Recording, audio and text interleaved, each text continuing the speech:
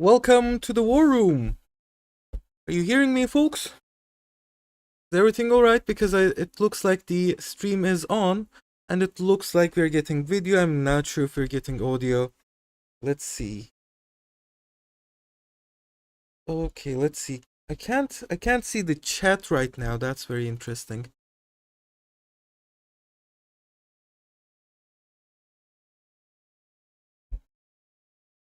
Why can't I see the chat here?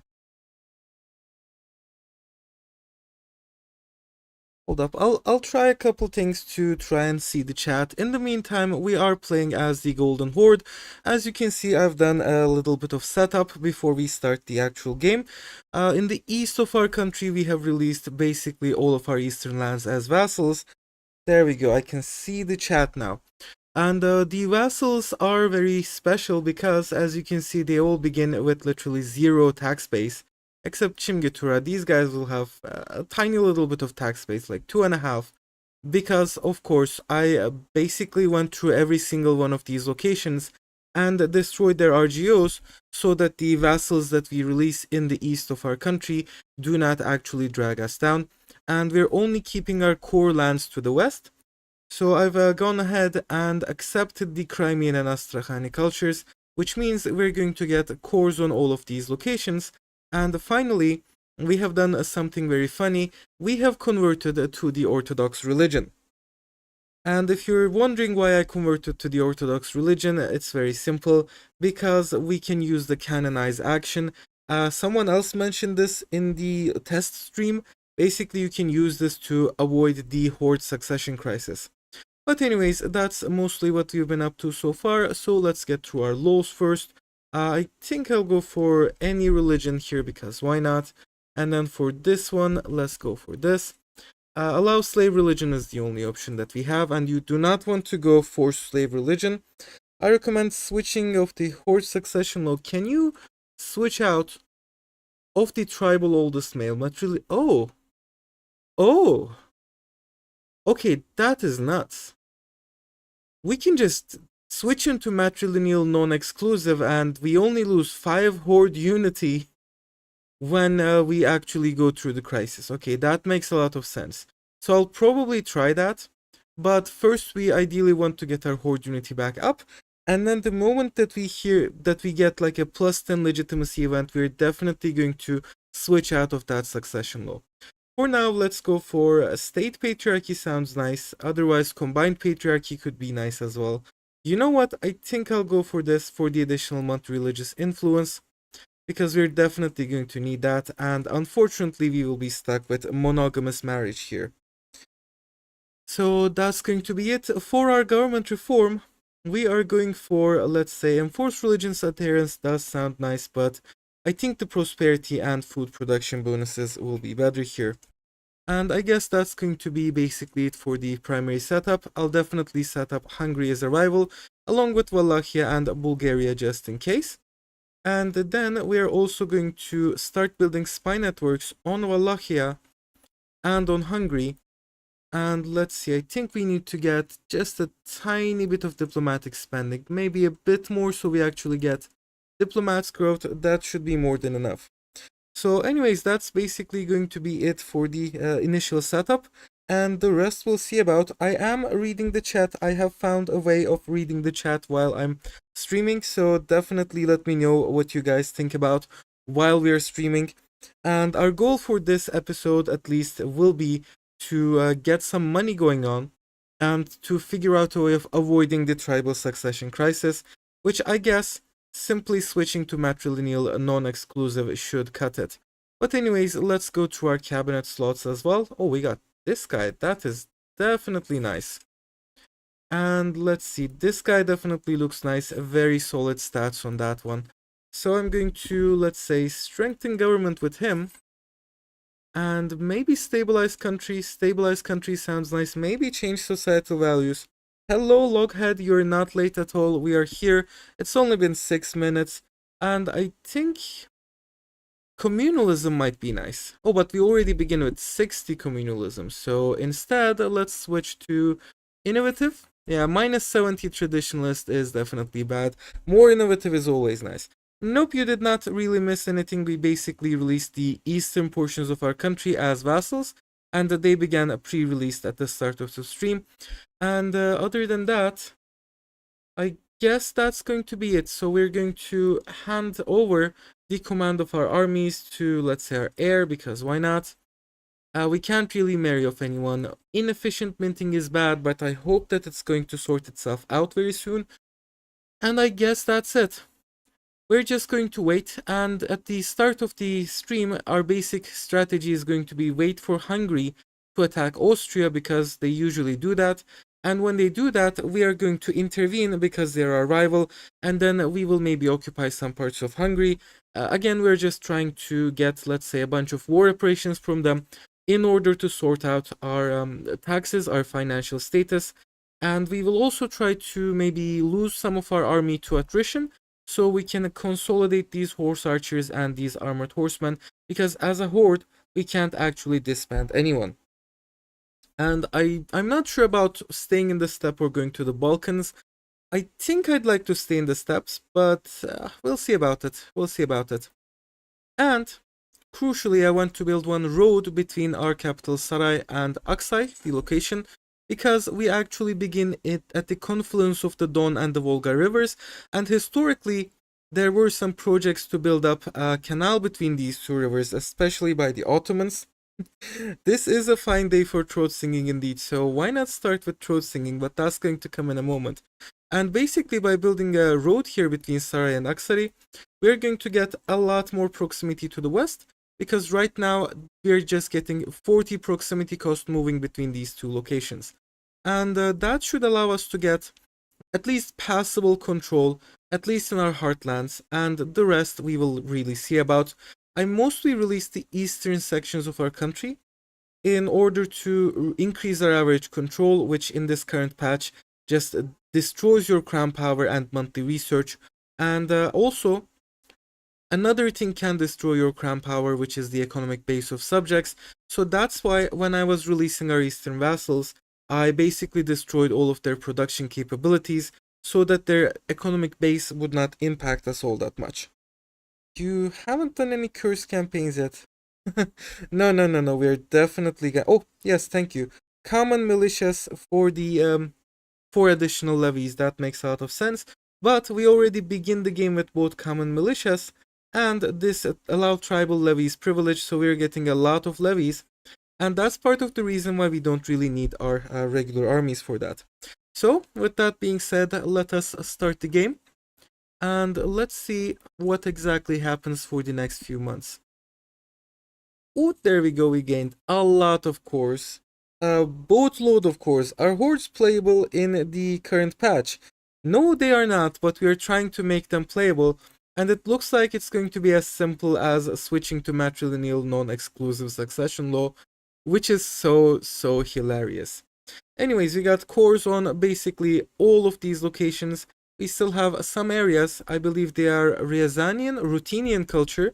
We could have released those too as well, but you know, whatever. I think we'll be okay.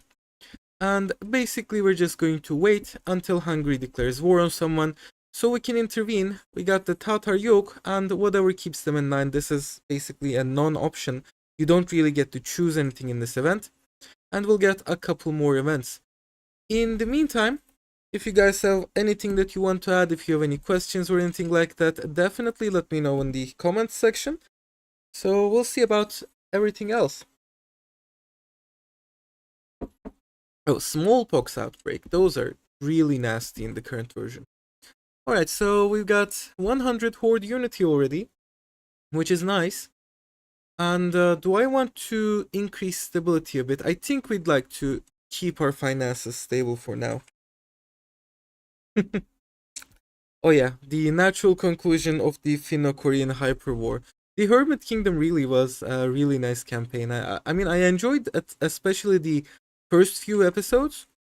It did go nuts after we decided to research Max, but yeah. Have you played any Horde before? I have actually not played any Hordes before. This is my second time essentially, because we did the test run playing as the Golden Horde. And yeah, Free Tinker. I just wish you didn't die, man. I just wish you didn't die. Anyways, is cavalry still Space Marines in 1.2.5? From what I've seen, yes. But maybe not. We'll see about that. Grand Prince Ivan Kalita. This is another non-option. 2.5% subject income increases our subject income from 3.91 to 4.01. Would you look at that? Amazing, amazing increase there. Hungary isn't attacking anyone though, so that's kinda bad. The fallback option if Hungary doesn't attack anyone is actually very simple. We fabricate CBs on Wallachia and Bulgaria, and we just attack Wallachia and Bulgaria. Fiber crops disappearing. What on earth? What on earth? Okay, that makes literally no sense, but I'll take it. I'll bite. And you know what? Oh god, we still have 14% average control, by the way. That's like terrible. Is he our ruler's son? Yes. So I think I'm going to pay the Horde unity here. Fingers crossed that our ruler does not die within the next 3 months. The current Khan, I believe, is a Juchit.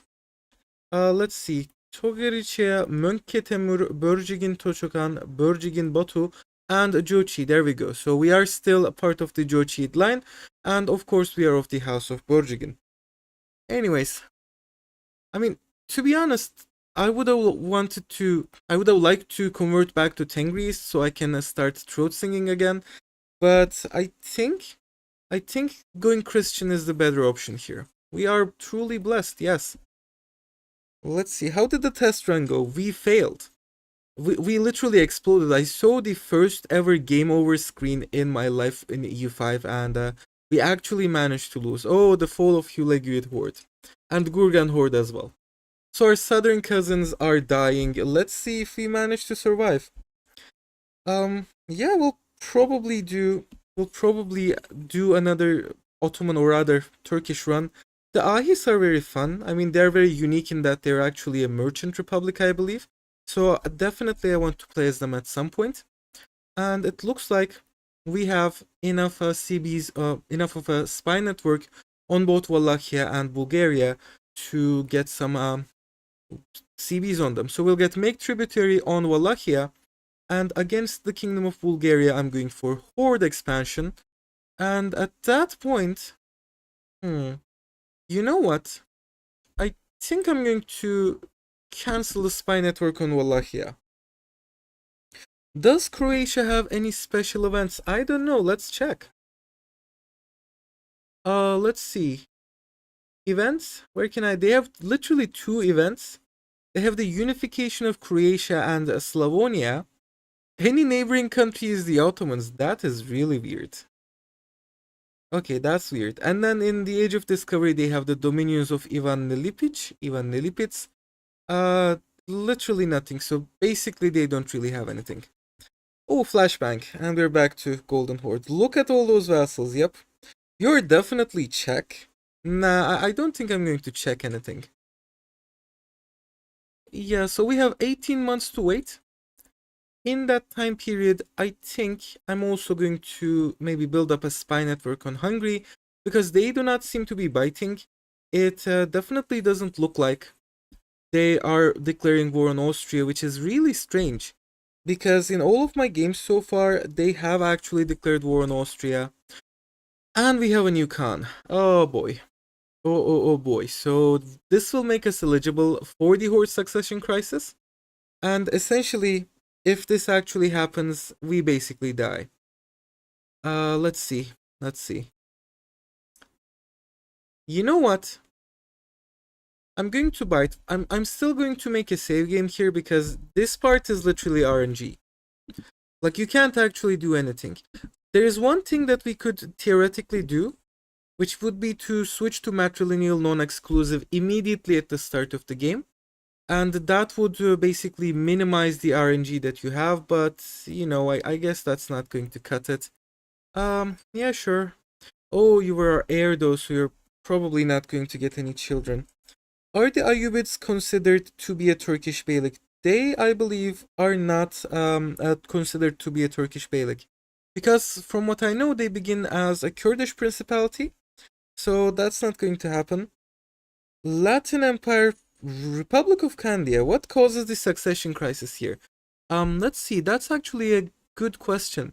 Golden Horde is a steppe horde, so as long as we're a steppe horde, we become eligible for the disaster, and we are not in a civil war. So we could technically prevent this by being in a civil war. Huh.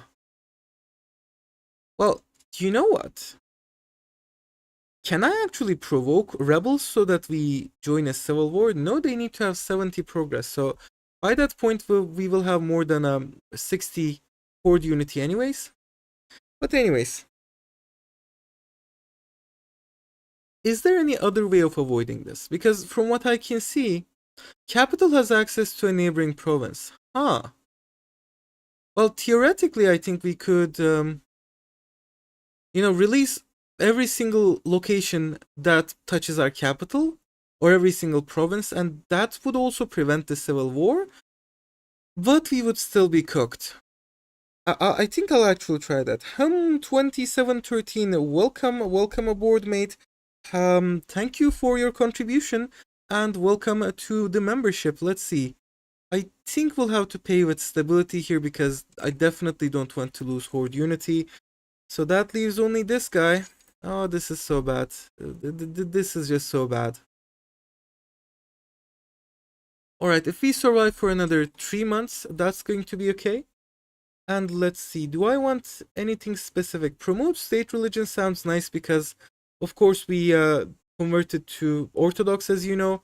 But I think going for one of these would be better, because we would also get additional support in Parliament. Let's see. Do I want to request additional taxes here? Probably not, because we're not getting any taxes. Oh god, this is so bad. This is like the worst start scenario ever.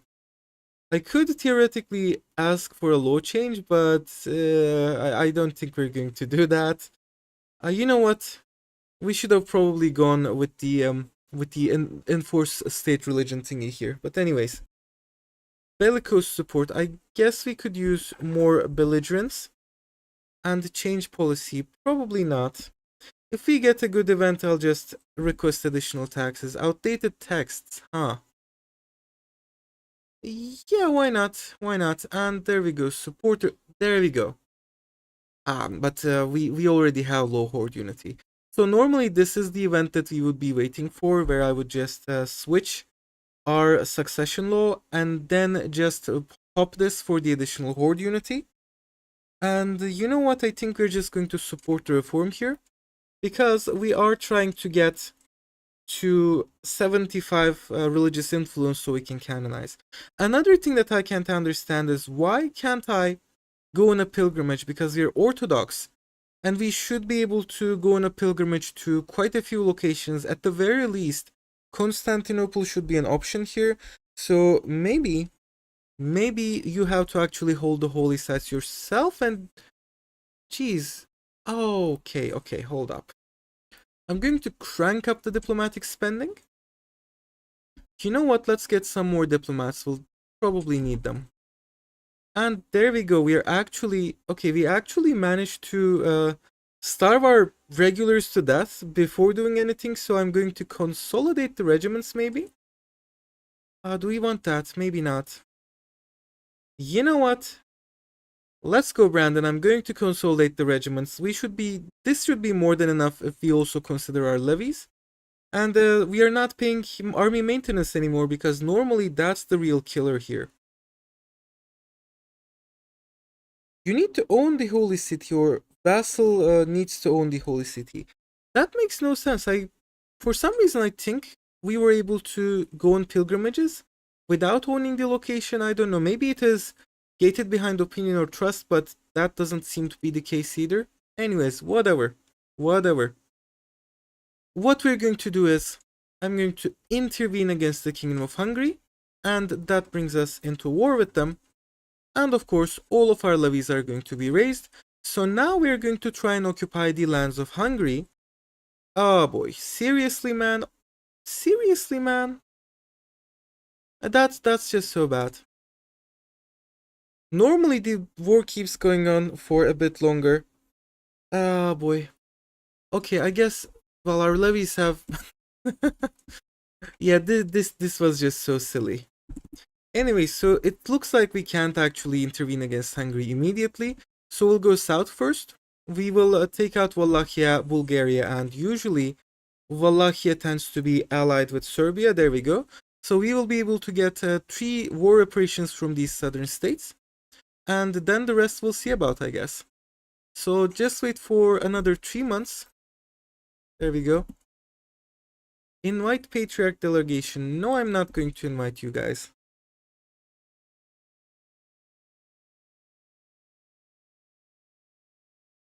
There we go. So we have 2 diplomats now, which is what we actually need to declare war on Bulgaria and Hungary, and I'm sorry, Wallachia. And in the next war, there we go. We have our CVs. So what we're going to do is, I'm going to declare simultaneous wars. We're going to declare war on Wallachia. Oh, well, it looks like we didn't even need to get the CB on Bulgaria. That's so silly. Anyways, let's make these guys a tributary. And against Bulgaria, I'm going for HORDE expansion. There we go. Is like Bulgaria, they're allied with Serbia. Interesting. So let's raise our levies as usual. And essentially the reason why I declared war on Wallachia along with Bulgaria is, if you just declare war on Bulgaria, the fort in Kustanja is more than enough to prevent you from crossing. Whereas if you also declare a simultaneous war on Wallachia, you will be able to use the Wallachian plains to basically bypass the Bulgarian forts. And so we will be able to extract a lot of war reps from Serbia, Wallachia, and Bulgaria all at once. And the rest we'll see about, I guess. There we go. So let's see, do I want to keep building? I probably don't want to keep building the spy network here. And maybe not on Hungary either, but, you know, let's be cautious. Let's not jump into anything first. Hi, thank you. Glad that you're enjoying it. And also, I'm not using any mods, Zulson. Let's see. So we got a lot of people here. I think, there we go. That should be more or less our entire horde. Let's go for this. There we go. And we've recovered our morale. So now we're going to try and bypass again the Hungarian armies by going west. We're missing masonry. That's interesting. We have 7,000 men, but they're basically all cavalry. So even if the Bulgarians bring their entire army against us, they're just going to get destroyed. I hope the armies are doing like okay with the auto balancing here though. There we go. So hopefully we will get this location sieged and we should be able to get food. Okay, we did not get food. So that was a little bit of attrition that we received there. Now we have food. There we go. Bucharesti is down. So I'm going to try and destroy the Wallachian armies here. Let's hope that we manage to recover. There we go. So that's a stack wipe on the Wallachians. You guys can go wherever you want. And now we're going to keep occupying the Wallachian countryside. Because of course they're out of men. They will not be able to resist us at all. And then once we have occupied maybe all of the countryside, we will probably go south. And we will try to destroy the Bulgarians in the same way basically. Also, let me get this topography. Because you want to fight them in the flatlands. If you look at your steppe horde militia, I'm not quite sure where I can find the stats on these guys, but basically there we go. Your cavalry are okay with sparse and grasslands, but they get destroyed in mountains, wetlands, or jungle. So ideally you want to keep away from at least the mountains. And let's see what else. I'm also going to put vegetation here on slot 20, yeah.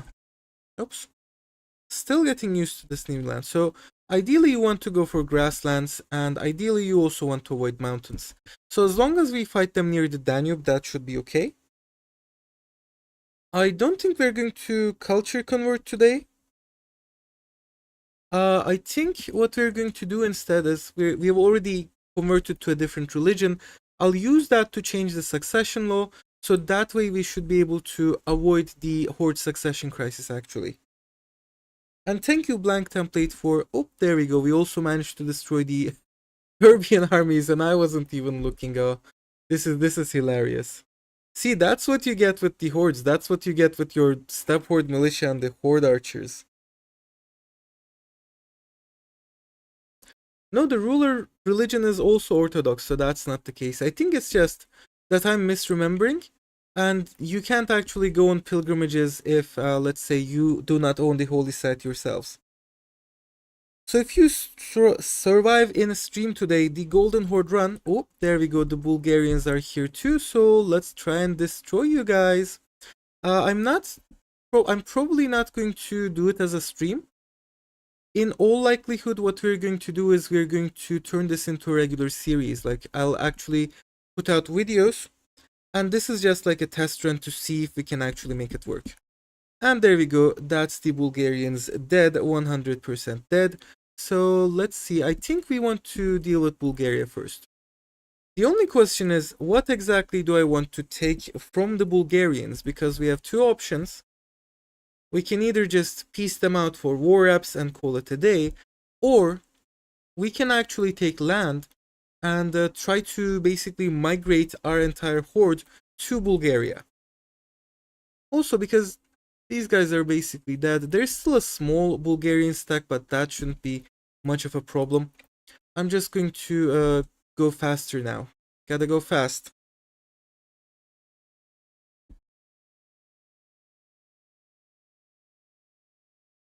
And also, let's see if we can get a CB on Hungary. Unfortunately not, so I guess that was very, bad luck that they managed to piece out Austria. I guess we'll have to wait for like 5 years. So in the actual run, what we're going to do is we'll probably get a CB on Hungary the usual way instead of like doing the whole intervene in war thing. There we go. The Serbian regulars are also dead. So let's see. For the first 2 men, I'm going to leave 500 men here. I don't think that the Bulgarians can reach us here, but if they can, these men are probably going to be very much toast. And let's see, we're going to leave you guys. Oh, that's really interesting. So the steppe horde militia also gets raised in like 600-man regiments, which is interesting. And anyways, from Serbia, I 100% just want to take money and nothing else. But from Wallachia and Bulgaria, we'll see about it basically. And let's reduce diplomatic maintenance here. Okay. So I think we're in a fairly okay situation right now. There we go. I'll leave these guys to... Ooh, very loud motorbike there. I'll leave these guys to basically siege down Serbia. And let's see. I don't think we actually need to get 100% on Serbia here though. Thank you, Adrian. We will probably do a Muscovy run at some point, or maybe a Novgorod run. I've always been more a fan of Novgorod rather than Muscovy, but we'll see about that. We'll see about that. Also, we have 64 people watching right now. That is nice, and that is, I believe, twice what we got in the test stream. So I guess it's working out for me. So thank you all, folks. Thank you all for tuning in this beautiful, lovely Sunday evening or morning or afternoon, wherever it is that you are. And I guess it's nice to see all of you guys watching me. Oh, there we go. We also got 20 additional ducats from looting, which is always nice to have. Okay, so we mostly got Serbia, and that should be more than enough to piece them out separately. And with Serbia, what I want to do is 100%, I want only war reps, I don't want anything else. And I'm going to dismantle their forts. I want this thingy to be as long as possible, the truce to be as long as possible. Alternatively, we could force tributary them, but nah, probably not. That's probably a bad idea. Let's see, what else can I get from them? Food access sounds nice. And annul treaties with Bulgaria also sounds nice, so I'll probably go like this to ensure that the thingy here, that the truce that we're going to get with Serbia will last for as long as possible. And that's going to be it for the Serbian front. Next up, we are going to piece out Wallachia. And I don't think we can actually take any land from them because of the forced tributary CB. So we'll probably just take war operations from them as well. Basically the same thing as we did with Serbia. Humiliate them, get all of that other stuff. But first I think I would like for my men to be all at the same place. There we go. So we can destroy the Bulgarian armies as well. Plovdiv. Plovdiv is down. Let's try Sliven.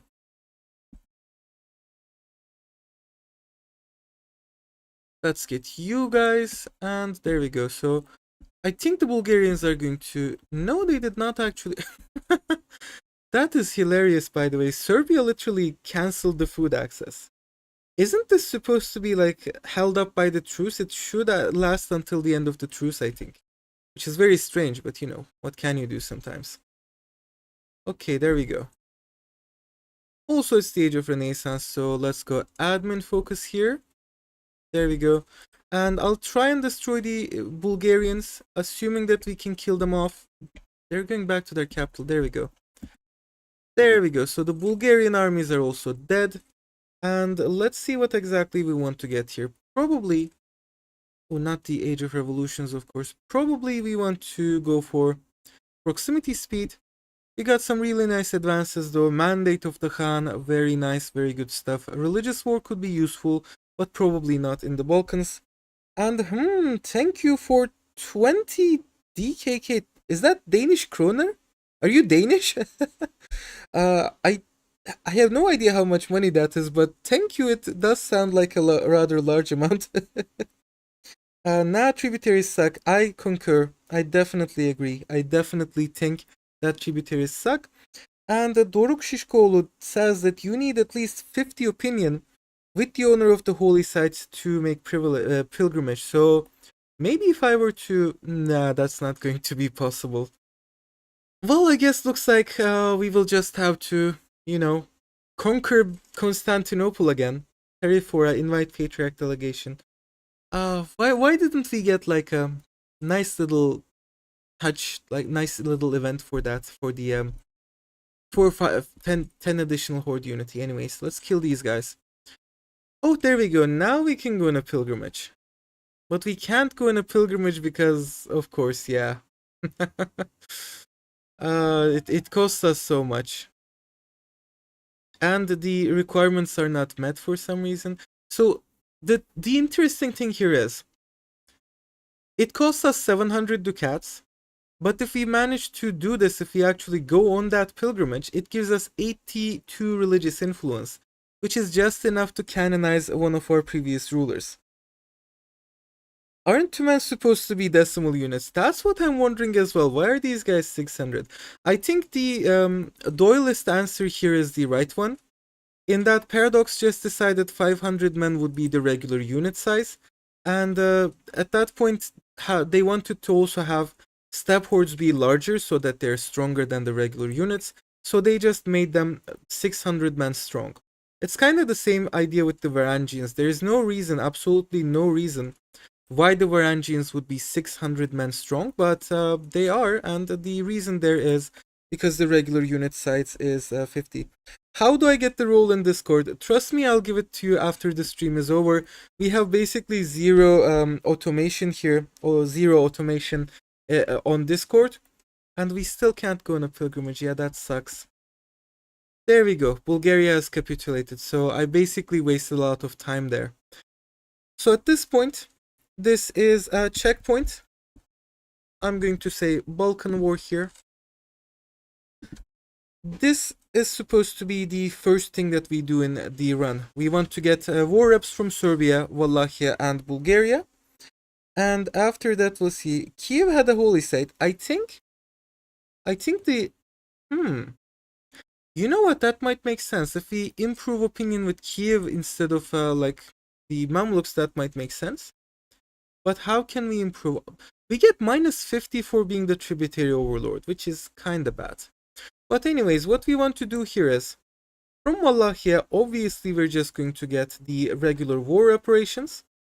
And I don't think that's going to make any sense. Let them annul their treaties, let them dismantle their forts.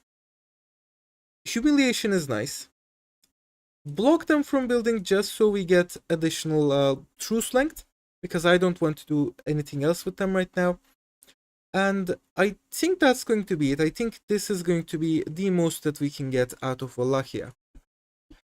And they don't pay us a lot of war reps anyways, but still it's better than nothing, I guess. And here is the question, what do we want from Bulgaria? Because we can get a lot of land from them. Although that would create a huge amount of antagonism. Yeah, that would put... Oh, wait, actually, it's not all that bad. The coalition would essentially be Byzantium plus Hungary, and I think that would definitely be doable. I think we could do that. Hungary, I believe, is truce locked with us, so they would not be able to join the coalition, so it would just be us versus Byzantium, and we want to go for Byzantium next anyways. So here's the question, do we want to go to the Balkans? Or do we want to stay in the steppes? And if you ask me, I want to stay in the steppes. But, you know, maybe going to the Balkans is the better option here. I can't really decide. I mean, taking land like this is probably a good idea because we would also get like a border with the Byzantines and Hungary, but I really can't decide here. What do you guys think, folk? Help me out here, chat. I think I say try moving into the Bulgarian gold mines. That might actually be a good idea. Now, the main issue that we have here is I believe that we're not actually getting any slaves, mainly because the land that we're conquering is also of Orthodox religion, so it doesn't create any slaves for us. And remember that we're going to switch succession law very soon, so ideally we want to be able to buy our stability back up quickly too. I don't know. I really don't know at this point. You know what? I think I'm not going to annex Bulgaria just yet. Again, this is a test stream, so we'll definitely try to do something else. We'll definitely try a couple more strategies here. I'll dismantle force, humiliate them. Can't vassalize them or do anything to do with them. Let's see, what else do we want? Well, technically we could get them to return course to Byzantium, but nah, I don't think that's going to be a good idea. I could also do just like this. Wait, why can't I? I could take their lands along the Black Sea coast, so that would give me essentially a border to the Byzantines. So we could do something like that. And then eventually we might want to maybe move our capital west. Like Theodora is one option, Kherson is one option. We might even try to conquer Constantinople and move our capital there, but of course that's all very long-term strategies that we're talking about. So I think I'm going to take their lands along the Black Sea coast. But you know what? Does Bulgaria have a holy site? That's a very good question, actually. Where can I see that? They should have at least like the monasteries, I think. Not owned, not subject owned. Let's see. Orthodoxy. Do they have a holy site? Very strangely, they do not. Because I remember there being some monasteries around here which are very important. And they were even, what was it? Oh, there we go. Rila Monastery. They do actually have that holy site. But where is the holy site? Can I see the, let's see, the holy sites map. It's all the way over here in Dupnitsa. Yeah, so we would have to take that location. And we would have to take something like this, which is basically a non-starter. It would be good to move to the Balkans. So is that the general consensus here? Do you guys want us to try to move to the Balkans? I mean, we can basically salvage the current state of the hordes, because by changing your succession law, you can actually permanently avoid the horde succession crisis disaster. And at that point, we can just literally, and I mean literally, raid everyone using the make tributary CB, and then we can just make all of their wealth flow into the steppes, so we can build up super tall in this general area. Then just steal that pilgrimage site there. I think that's what we're going to do here, I think. So I'm going to take all of their money plus war reps, that's for sure. And we'll take Shredded so we can release like a vassal for the pilgrimage site. And other than that, I don't think we're going to take any land. I think we're just going to try and build this toll for now. Moving to Ukraine and spreading control through the sea would be good. I'm thinking about maybe annexing Teodoro and getting a local governor there. And after that, other than that, we've destroyed all of their forts, so that's something. Humiliate them, that's definitely something. And I think military access should be good because we definitely want to handle the Byzantines next. And then maybe just, let's say, a couple maps so that the truce length is longer. There we go. And then let's see if we can go on a pilgrimage now. I think it would still cost much. Yeah, there we go. It costs us too much. The pilgrimage just costs us way too much, so we can't actually do that. But anyways, I think I'm just going to create a custom subject here, make them a vassal, randomly choose. And then we have more or less stabilized our income versus expenses. Once we have 100 horde unity, that should cover everything. And also remember that most of our,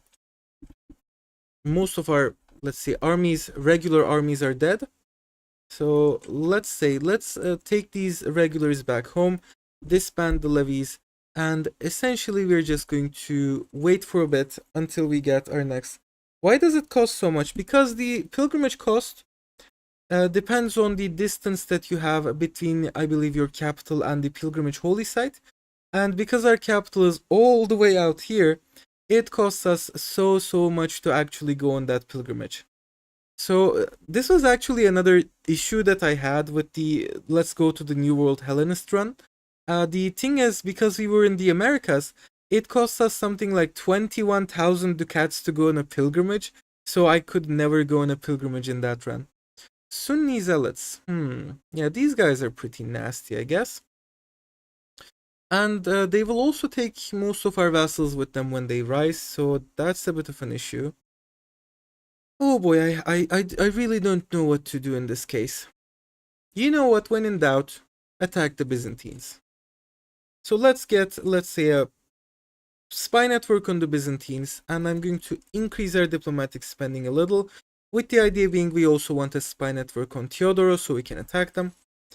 And yeah, port maintenance, gotta put that one down as well. Why are these costing us so much? These shouldn't cost us all that much. Let's see. Should grab the gold province. Yes, we should probably have grabbed the gold province. That's a very good thing to say. So when I'm doing this in the actual run, let's say in the actual video, we'll probably take more land in the west.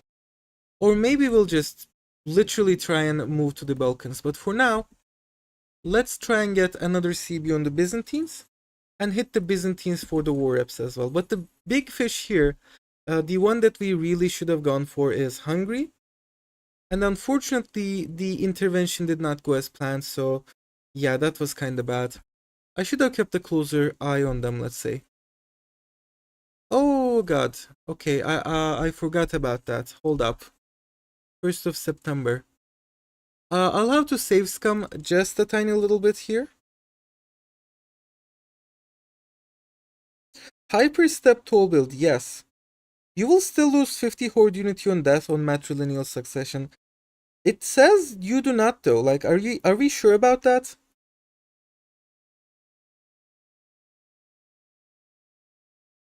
Because, okay, let's see.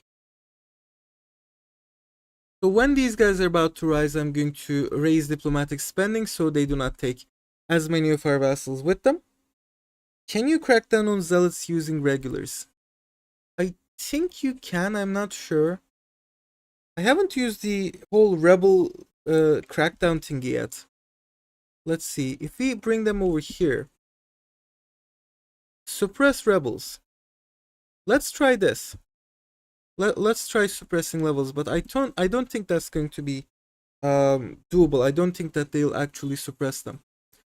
What we really want to do is let them rise and just make sure that they do not take our vassals with them.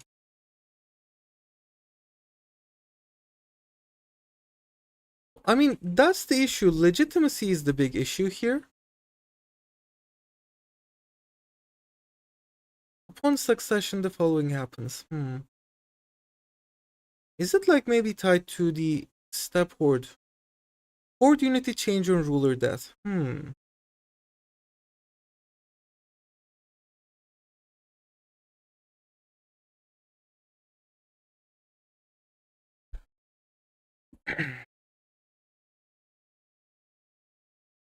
Okay, that's interesting. So changing succession does not actually make it go away. In that case, our best bet here is to still, save up our religious influence and be very careful with the horde unity spending so that it doesn't go below maybe, let's say, 95. Let's see. What can we do here? So we got the holy site, and that should allow us to ooh, we were almost going to go wrecked there as well. I'm not sure. I don't think there is any other way to farm a religious influence, but for now I think there we go. We still got the rebellion, but as you can see, because we raised diplomatic spending, most of the vassals did not go with that rebellion. So there we go. That should be nice. I'll raise all our levies as usual. Army maintenance is back up just for now. And then we'll try to put down the zealot rebels. There we go.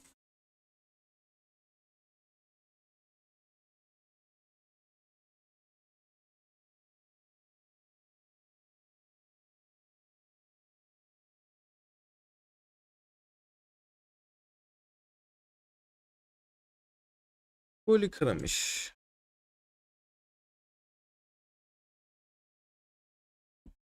Oh, these guys aren't a civil war. They're just regular old rebels. That's nice.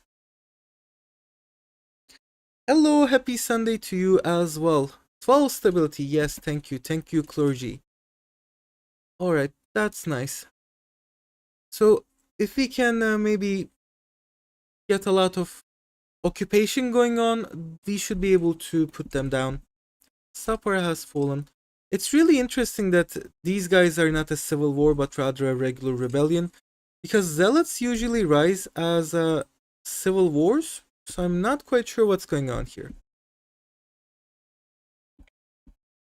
But anyways, at least we got the west. Let's see if we can get the east as well.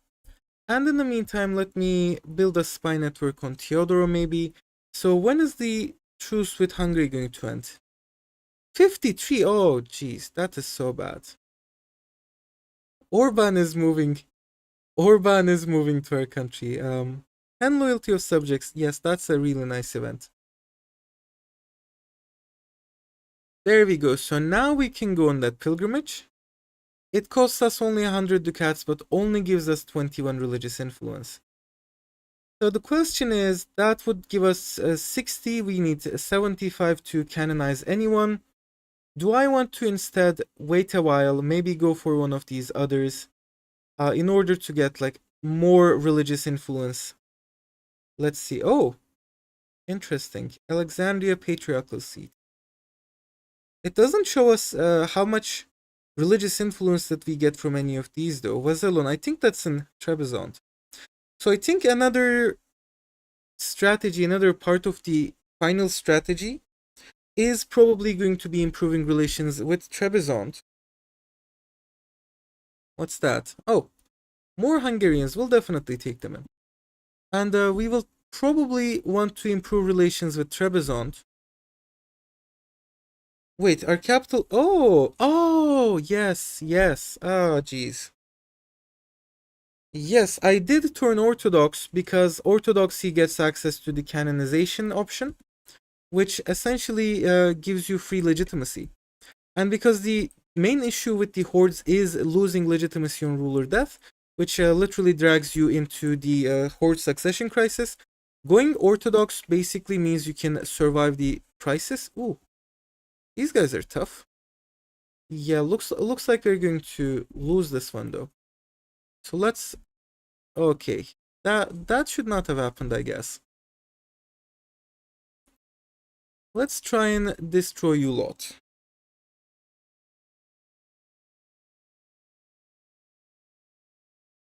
But the thing here is, even if I end up annexing the revolters, I don't think that our capital is going to go back to Sarai.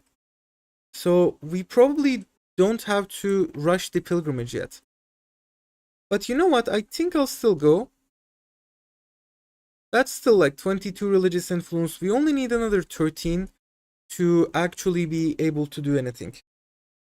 So I think when we actually play this, in order to minimize RNG, one of the things we could do would be maybe improve opinion with the Byzantines or the Trapezuntines until we get to 50. And at that point, just take loans and use the loans to go on a pilgrimage. And at that point, that should allow us to avoid the succession crisis. But that's going to cost us a lot of money, at least until we have our religious influence banked up. So we'll see how it goes, I guess. I think the main trouble that we're seeing here right now is the fact that we did not get to hit Hungary early on for the money. So that's causing us some problems. Let's see. Oh, our vessels are going to get wrecked. Yeah, that's bad. These guys are, I believe, also step horde. Oh, yes. Yeah, that is bad. Why aren't you just... There we go. There we go. So they were low on morale, so we managed to win that. And we should be able to occupy them now.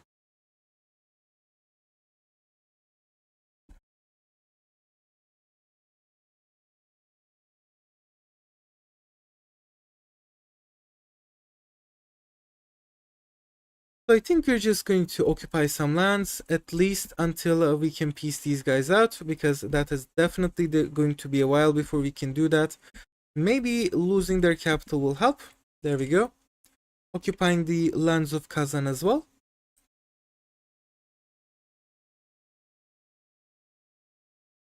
So we need the religious influence to go to canonize our former rulers, and by canonizing your rulers you can get immediate horde unity, which allows you to avoid the succession crisis basically.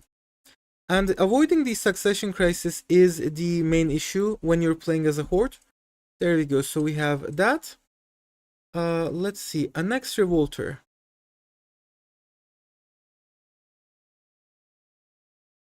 I think I'm going to, let's say, gather a bit more war score here. Let's see if we can get full war reps from them. There we go. Okay, so that's the rebellion dealt with. But I think we're still going to get hit by the Tengrist zealots this time around. So now our main issue has moved away from being the succession crisis to being the infinitely scaling religious revolts.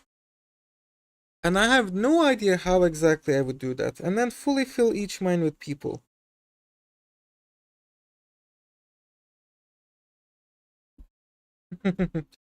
Yeah, conquering all gold ardues is basically a world conquest, and I'm not going to do a world conquest. Alright, I think we can at least reduce our army maintenance a bit. We're still bleeding out money like crazy though. We can't really tax anyone. I mean, we do have cores. We just have really crappy satisfaction. Probably because of our low tolerance. Phew, this is like really difficult. What's interesting is we are actually getting a bit of conversion at least. So that should help us out, and over a long enough time span,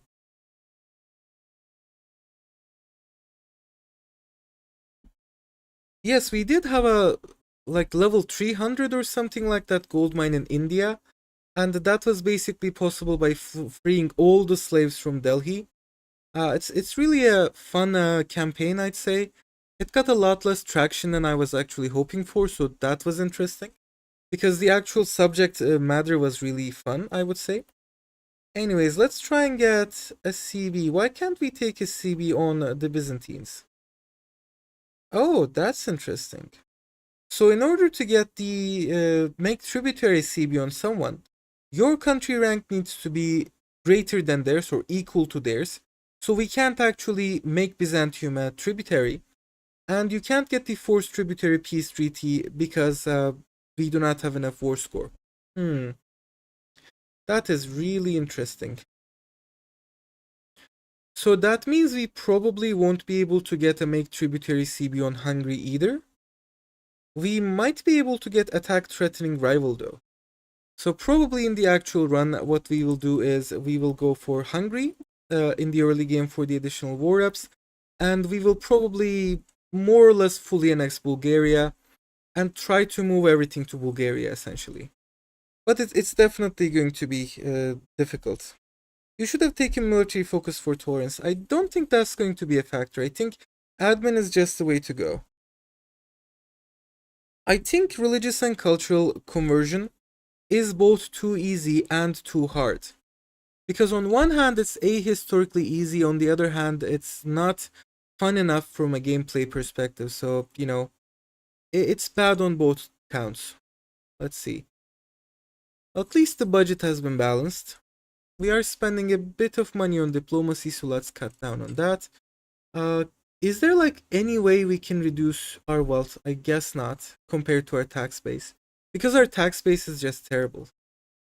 And I guess a big part of that is having low market access here, so that's going to be an issue.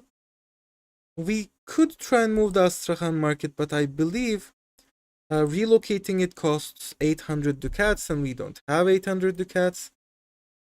Yeah, well, I think at least we have managed to secure the succession here. Again, not very sure. So the next target is probably going to be Teodoro. Let's say Horde expansion here. So let's see. Yeah, I think I have more or less a clear idea of what I want to do with this run. Yes, no RGOs, no wealth. That is exactly what I did in the eastern sections of our country, which we released as vassals. So now I'm thinking whether it would be a good idea to do the same in the west as well, but I'm not sure because eventually we would be able to get at least some amount of, proximity there, so maybe not a good idea. Promote farming innovation. Or launch religious missions. That also gives. Okay, this gives a lot of religious influence, so definitely I'm going for that one. But it's probably not going to be very easy to pass. It's going to be easy to pass, but we won't be able to get additional taxes. Although at the same time, there is nothing to tax here. Like really, I think in the early game, it all depends on you being able to destroy Hungary early on. Otherwise, you're just toast more or less. Are there any other targets for conquest that we could maybe go for? Like, could I don't know, create a CB on Novgorod? But none of these guys has high, let's say, tax income. Delhi, the Pope, Yuan, the Mamluks, Castile, France. I'm trying to figure out if there is anyone in Eastern Europe that could be worth going for. So Bohemia might be it. Poland might be it. I think it's Bohemia, Poland, Hungary. Can I create any sort of CB on Poland though? Not this one, but if I were to remove Wallahi as a rival, add Poland as a rival, then I should be able to get maybe humiliate rival. And we do not intend to actually conquer anything. Kiev, do they have gold, silver, or copper? I don't think they have anything. They do have a lot of amber, which is kinda nice, but not all that good. Not conquer B Trebizond English.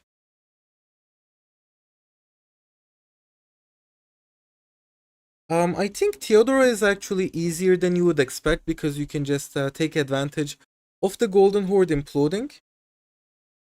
It's still. Oh, yes. Yes. Oh, God. Our capital. No, wait. What? Oh, so our capital moves back to Sarai immediately when we win the. When we win the. Whatever it is, the revolt. That's very interesting. Ah, but we do lose out on a lot of control, so there is that as well. Hmm. Okay, so I'll switch away from Teodoro. And let's say build spy network on Poland. Because they're part of the Hungarian Union, this would also bring in Hungary. And again, we're just going to create that humiliate rival CB because we don't actually intend to take any lands from Poland, Hungary, or Lithuania. AI researches peasant levy. That's interesting. So when you research peasant levy, that that replaces your step horde levies. That's very interesting. And there we go. We finally have access to the canonization action, and this gives us 19.23 horde unity. So more or less, we have solved the issue of succession. So that's one thing to consider. And at this point, we just have to figure out what we want to do with this run. So please help me out here, chat. What do you guys want me to do? And I'll try to set up like a poll. Let's see. Migrate to the Balkans.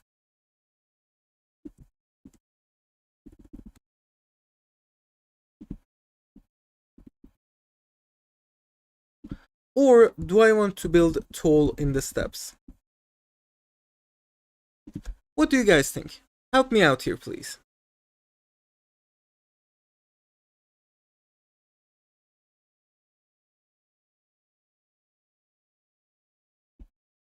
And the Tengri zealots are conquer all of the Black Sea. I think that makes a lot of sense. Because assuming that we move our capital to like Chersonios or something like that, we would be able to get at least a decent amount of control here, and we should still be able to build up Sarai and get a local governor here. Alternatively, local governor in Chersonios, because obviously this is a city, Sarai is not a city.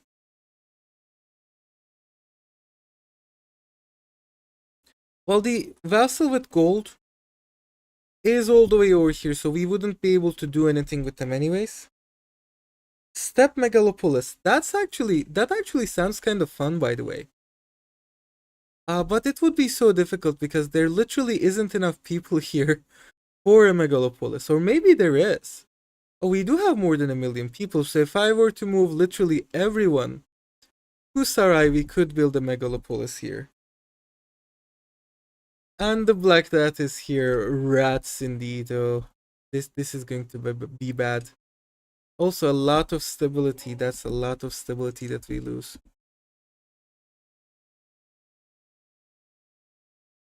Another question that I have, can you actually declare war as a horde when you have your levies raised? Because as far as I know, you can't, so let's give that a try. But also, it kinda makes no sense. Oh, it looks like we can declare war as a horde with our levies raised, so that's very interesting. That is quite interesting, actually, and very unique. And that is also very useful, but you can steal people. I'm not sure about that. I'm not sure how exactly the enslavement that we have works with the Orthodox religion. You know what? Let's see. Let me see about the unique content here. So what actually gives us the ability to raid for slaves? Because nothing I can see here specifically allows that. The stepward government reform does not say that you can, take slaves. Being an army-based country, I think, is not an automatic thingy. It would be too naval of a capital for a horde. I mean, maybe, but it's kind of the only way that you can get any sort of control in the steppes, so that is very interesting. Yes, as far as I know, I don't think we can. Oh God, I keep forgetting about these, and then we have to reload. This is so bad. This is so bad, man.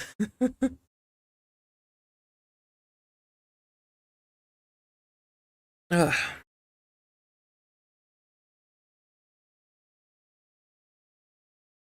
I think we did not take slaves. I think in the Civil War, they took slaves from us. But again, I'm not sure. I mean, I'll have to check, I guess. Let's check. Let's see what we have. Let's see what unique advances we have. We have Borgigan Blood for additional diplomatic capacity. Nothing here. Additional cultures capacity, which is nice. Oh, we do have this line of stuff, by the way, for additional Horde Unity and Tolerance of True Faith. So nothing there. Kipchak Khaganate for even more cultures capacity. Yeah, I don't see it. Oh, there we go. Step slave raiding. There we go. So that's the advance, which is available due to Golden Horde being a step horde. So we can actually raid religious enemies for slaves, which makes a lot of sense. So that's, I guess, one of the downsides of converting to Orthodoxy, because you can't actually raid, as far as I know, your fellow Christians for slaves. So we would not be able to get slaves from Poland or Hungary. But it's basically the only way of avoiding the succession crisis civil war.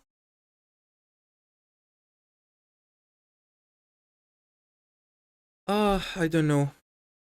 So how are we going to take slaves here? I think one option might be to maybe declare war on the Ottomans and take slaves from them. But their populace is also mostly Orthodox, so that wouldn't quite work either. If we were to go east, I forgot about it again. Oh god, this is so bad. Yes, I'm a very forgetful person when I'm playing live, as you can see. Oh boy. But how are we going to visit China? And also, hmm, hmm. You know what? That might not be such a bad idea, actually. Okay, I'm going to increase diplomatic spending again, and that actually makes all of our vassals loyal, and then we can put down this revolt, hopefully with the aid of our vassals, because otherwise we're definitely very much cooked here. And I'll keep the diplomatic spending up for the duration of the war too. Otherwise, again, we are very much cooked. And this is also not a civil war, by the way. This is also a revolt. So I think that's the way.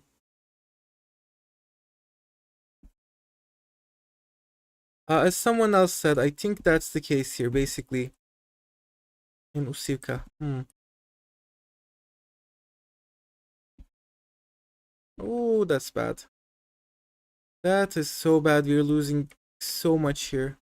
Let's hope our vassals actually manage to do something about these guys, because otherwise we are 100% toast. Like, there's no way that we can deal with the entire rebel horde on our own.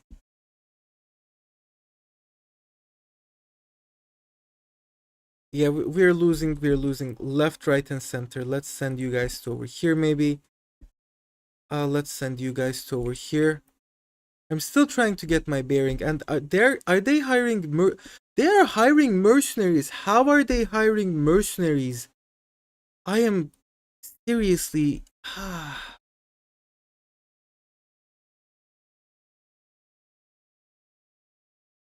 Also, yes, I think we turned on China colonization. So let's go to game rules.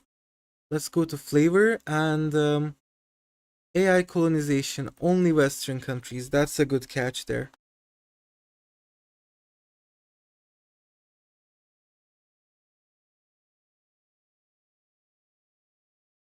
Yeah, this is bad. Do we have like any way of avoiding the Tengri Zealots rebellion? Because and then we have a new Khan, and this is where converting to Orthodox actually makes sense, because we can canonize our former Khan and get a decent bit of Horde unity immediately off the bat, which prevents the Horde succession crisis. It's the Tengris Zealots, and as much as I adore the Tengris Zealots, they are just bad. Like, they're basically killing us right now. So thankfully our vassals got involved, so that should help us just a little. Orban, this guy, I'll have to put this guy at charge. There we go. I think we have a chance here. I think we might actually be able to win, although it's definitely going to be difficult. Hmm.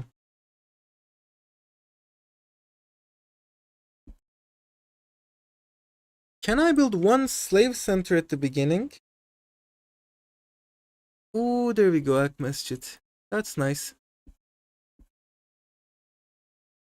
That's an interesting question. Could we build a slave center at the beginning?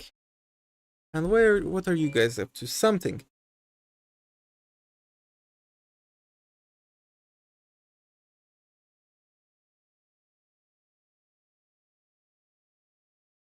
The question is, are we actually getting slaves? Because again, it doesn't look like we're getting any slaves. Like that's supposed to be written in the message log here. That's supposed to appear in the message log.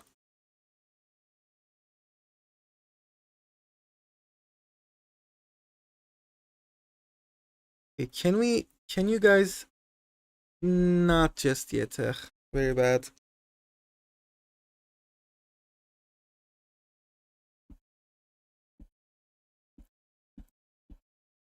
Well, the vassals are beneficial in two ways. Number one, by releasing them, you technically increase your average control. It's at 6% because of the revolt, but it would be at 6% normally if we did not release any of these vassals. And also, as you can clearly see, they do win the revolts for us. Okay, that's going to be interesting. So I think the issue here is, because we're Orthodox, even if we manage to take slaves, we can't actually use them. Because as you can see, Sunnism has slaves working with raw materials. Orthodox does not. Christians do not usually allow you to have your slaves working with raw materials. So that's one issue that I see here. And I guess another possible, let's say, strategy might involve simply becoming a monarchy very early on. So that's something we could consider. But then I believe we would also lose all of our benefits that we get as a steppe horde, and we would just be saddled with all of these steppe lands, which is very bad. And yeah, the Black Plague is here, by the way. So let's see. Expel the sick for the additional communalism push, let's say. And I certainly hope that our ruler does not die this time around. And also, we can't even get a... We do not have... Wait, what? Why do we have a truce with... Oh, because we intervened against Hungary. Oh boy. Okay, this is just bad. They turn to peasants.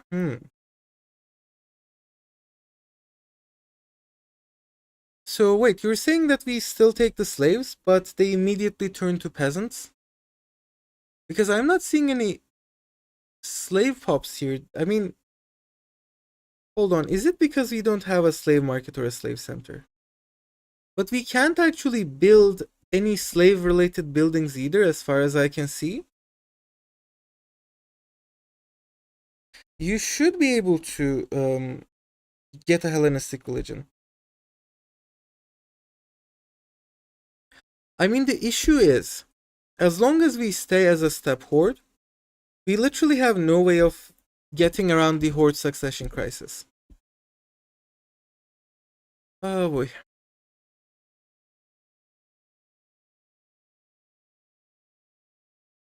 And that basically destroys your entire run. Oh, okay, that makes a lot of sense because yeah, that makes a lot of sense actually.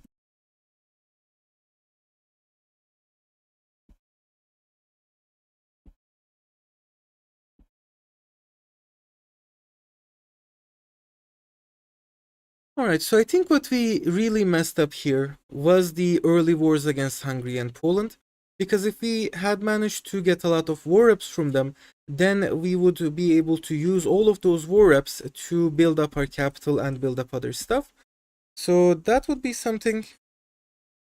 Let's see.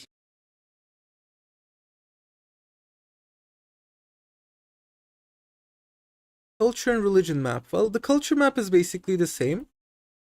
I don't think we're getting a lot of assimilation. The religion map is also basically the same, but we're getting minuscule amounts of conversion. I'm not quite sure how or why, but we are getting minuscule amounts of conversion. Hopefully, eventually that will be enough to convert our country, but for now we're still a Tengris majority.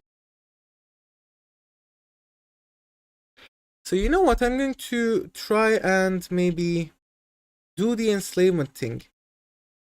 If I were to attack on, say, Shirvan, that would bring in Shirvan and Dailam, so that's alright.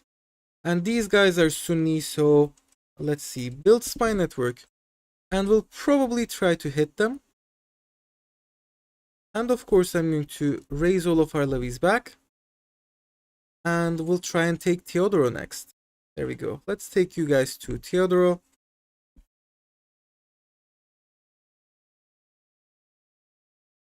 Are you ever going to do an Ilkhanate restoration? Ever is a very long time, as I'm sure you're aware. We're probably going to do that at some point, but who knows at what point. So let's try and... Wait, what? Whoa, we do not have a diplomat, of course.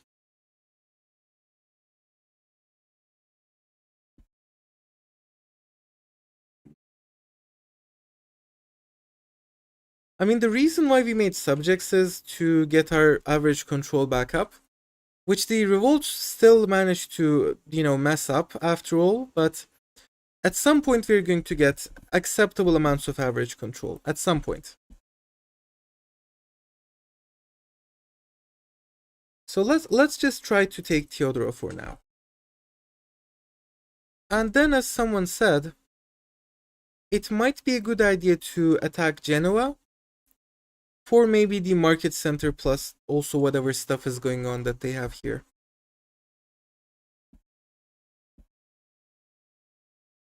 And then we'll also try to get that thingy with whatever these guys are with Shirvan. Let me also reduce our diplomatic spending a little. Yeah, I think the early game revolts are just bad. I wish there was another way of getting instant or like near instant legitimacy, because otherwise you're screwed, but you're still screwed under these circumstances. I don't know.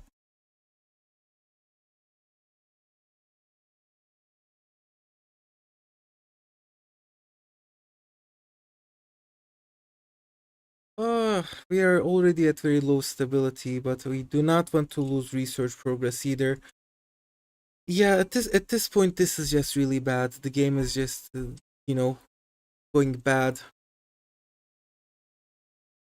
But at least we managed to annex Theodoros, so there is that.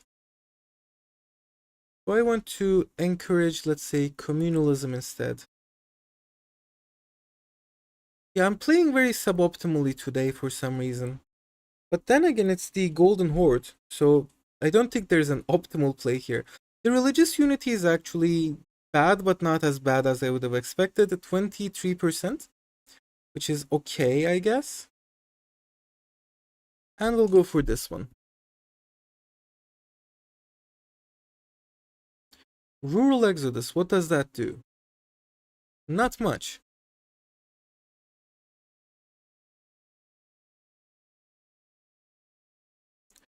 You just know of three. Are you talking about the canonization thingy, the tantric rituals? And what's the other one? What's like number three?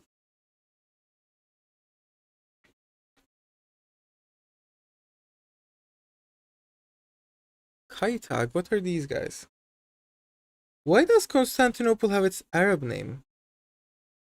It does not have its Arab name? Well, yes, the other option is going monarchy. But for that, we would need to ensure that the dominant culture here is Mongolian, which is not going to happen very soon.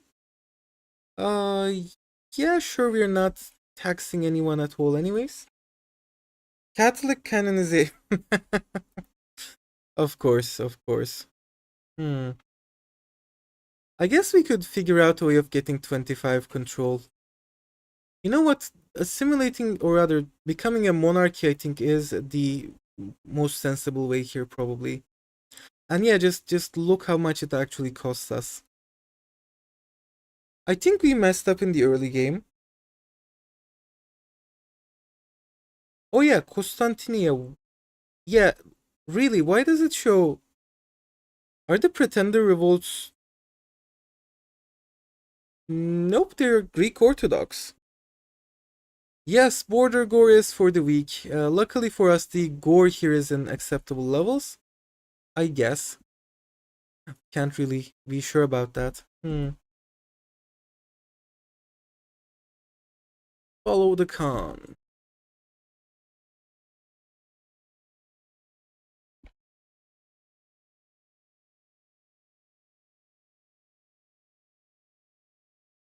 We actually managed to lose religious unity. I have no idea how that happened.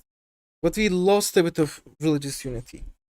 Don't forget to raid someone. So we are going to try and actually raid Shirvan.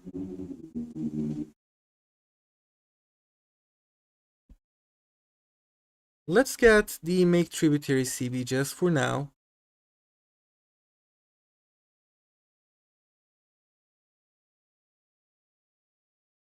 Yeah, the Black Death is also really bad. Perhaps not as bad as the settled people, because I think you get a bit of extra disease resistance as a nomadic tribe, but it's still bad. I mean, it doesn't even matter all that much. I'm talking about like a non-religious way of getting legitimacy. Because ideally we want to avoid becoming Orthodox.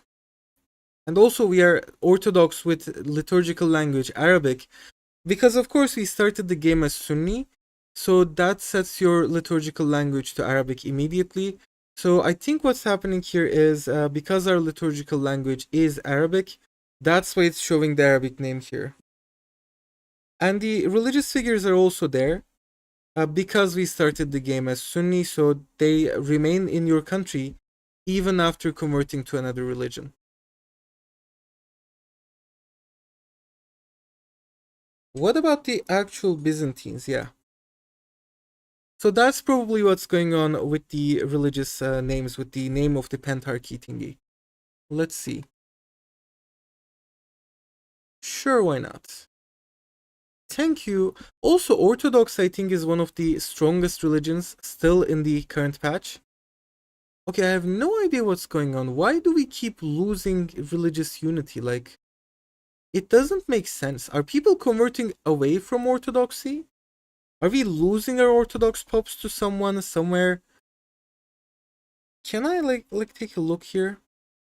Oh, because we are losing a lot of popes here to Kiev. So I think what we should probably do is we should probably in the first parliament or something like that switch to closed borders so that no one can actually take our popes away.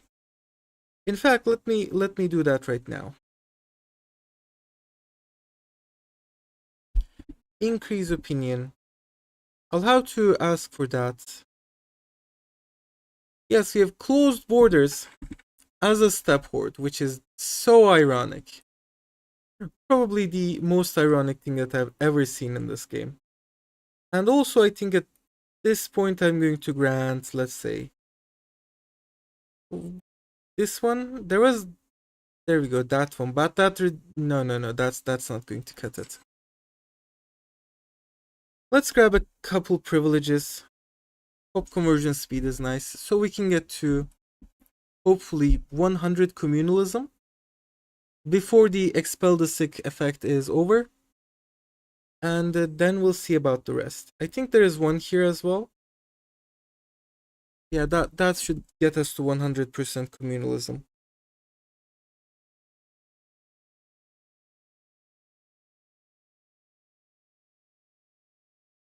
Whew, this is just bad.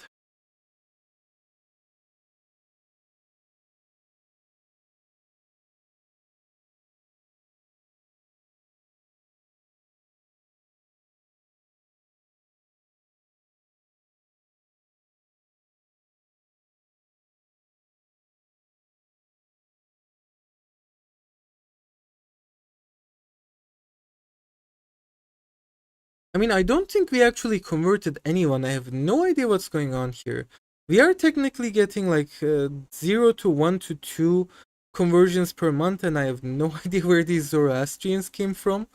But I think the thing here is because our country is so big, we are getting like at least 200 conversions a month. So that's maybe helping us out a little. But you know, it's still nothing. It still doesn't change anything for us essentially.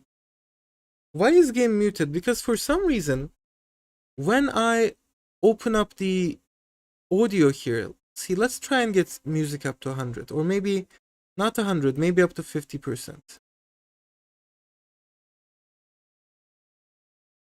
Are you guys hearing it like normally? Or does it go away and come back when you are like, when I speak? Because that was one of the issues with the earlier videos back in Granada days. And I basically muted the game at that point. There we go. So let's see if we can actually get any slaves here.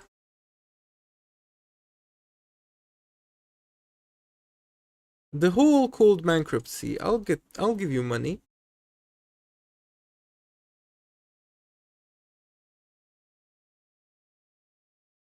It still doesn't look like we're getting any slaves, because when you get slaves, I think they appear in the log. Hold on, let me double check and confirm for you. So that's 103k. There we go. We also managed to destroy their armies. Oh, there we go. We are actually getting slaves. Lovely. But why aren't we getting the messages here? That's interesting. Also, look at our vassals. Our vassals are oh, in such hot water. But thankfully, there are too many of them. There we go. So we are actually getting slaves here.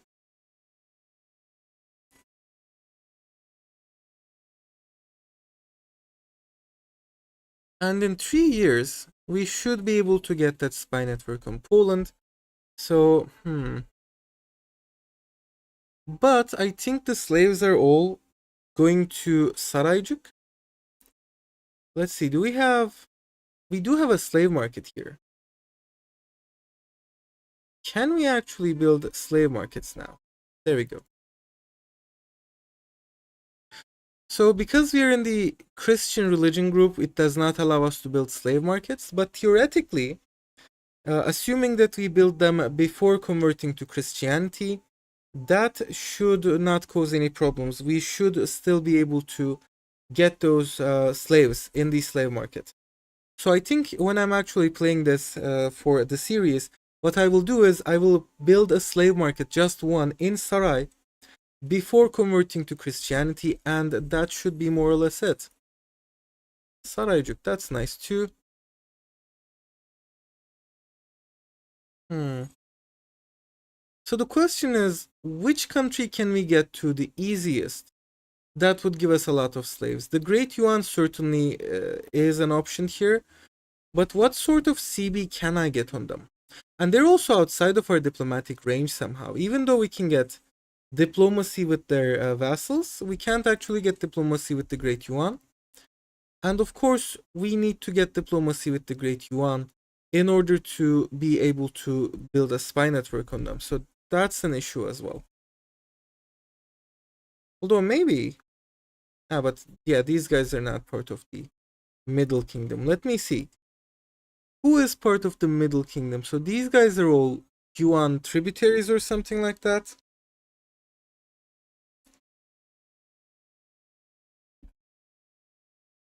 I mean, right now I'm just trying to figure out how to actually survive, and I think we've actually figured out how to survive. It just needs you to canonize and maybe go on the occasional pilgrimage so you get enough religious influence banked.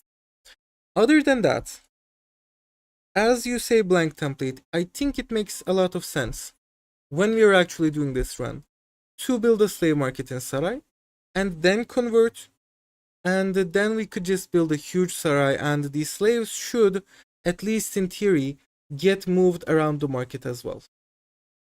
But the main issue is, how exactly are we actually going to get to China in order to get the slaves from China?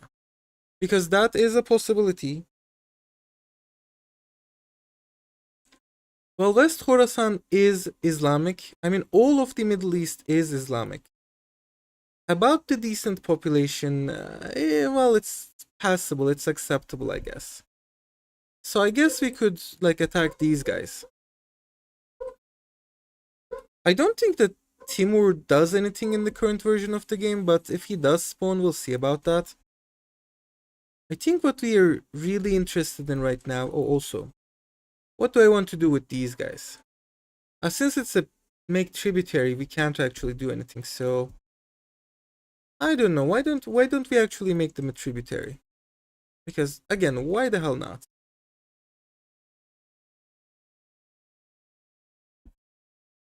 Take down fort maintenance. We have a stockade here.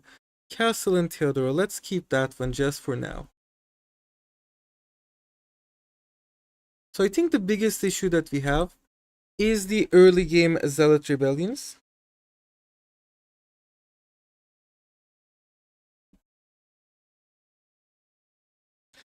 Yes, I could try that. I could try like leaving this location when I create my vassals. So that should give us more than enough diplomatic range. And then we should be able to get a CB on the Great Yuan.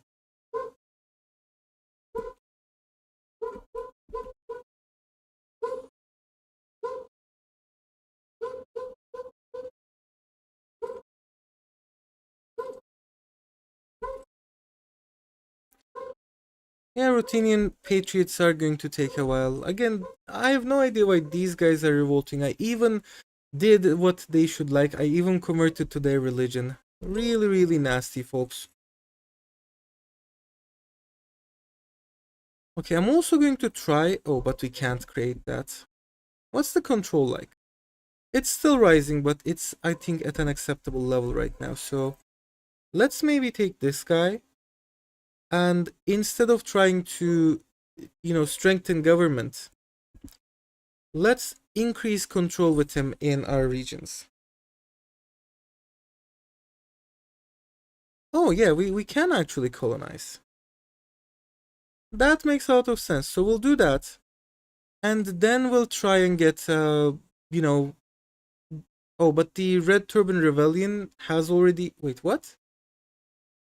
So the Red Turbans... Oh, because we don't have diplomatic range with them, of course. Yeah, doggo in the background. Not mine, just someone else's out there. Barking like there is no tomorrow. 7 here. Okay, that's good. More religious influence, please.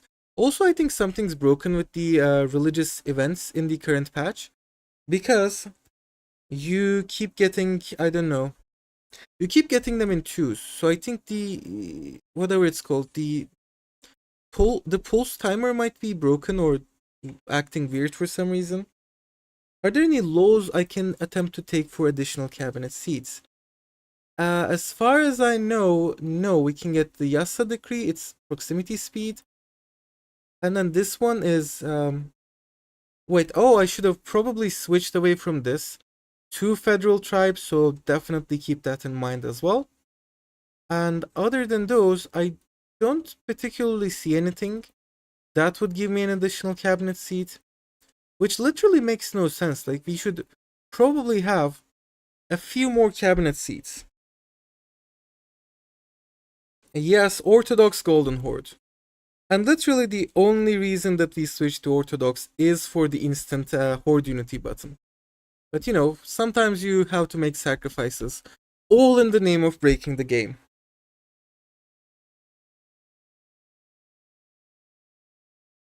The main issue is, of course, religious unity. So I'm not quite sure how exactly we are supposed to deal with that. Okay. Also, the army levies just break down the moment that you add them to your regulars. So that's a bit of an issue, I guess. And I should definitely be more careful.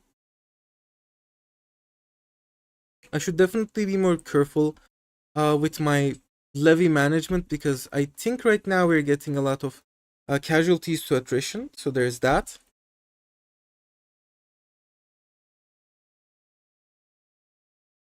Oh, yeah.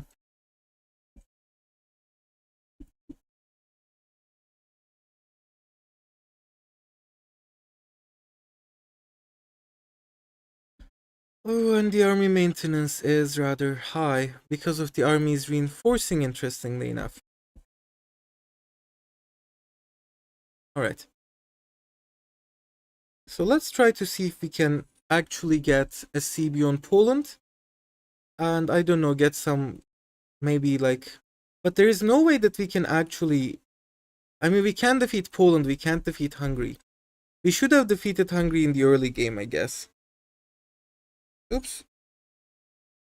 One sec, folks. Let me get the chat back up.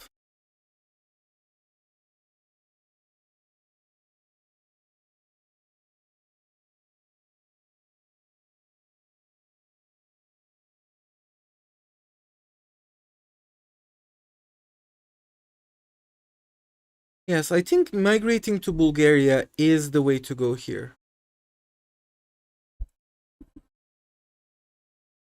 And hopefully our colony will finish soon. So we can get... Oh, there we go. We already have, for some reason, a diplomatic range on the Great Yuan. So I think we'll try that. Proximity speed, noble estate satisfaction. That looks okay to me. Let's see.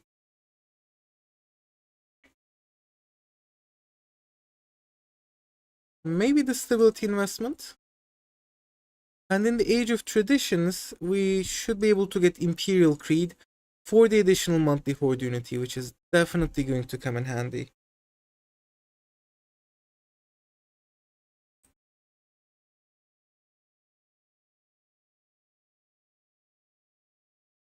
Well, maybe, but the question is, how much money are they actually making? They're not making a lot of money. What about Genoa? I don't think we can... Okay, Genoa is making an acceptable amount of money, so first I'm going to try and get the spy network on Yuan to see if we can actually enslave people in China. And another issue would be, of course, getting any sort of food in China, because our armies are going to starve out there, so that's something as well. But assuming that we can make it there, we should be able to get a lot of slaves. And assuming that we can get a lot of slaves, well, nothing happened particularly. I'm debating whether to go to war against Hungary plus Poland. You know what? I think we're just going to ignore them for now. Okay, so here's the kicker. I think what we're going to do is we'll try and figure out... Well, technically they don't have troops, but their vassals I think still have some. And we do have to get through their vassals, so... The Chinese will all become horse archers if they revolt. That is good to know.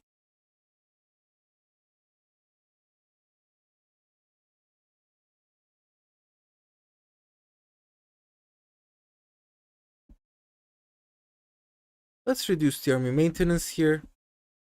I don't think we have to pay for the colonies anymore because we already got the diplomatic range with China. And the diplomatic spending is okay, I guess. Ruthenium. Oh, did they also bring?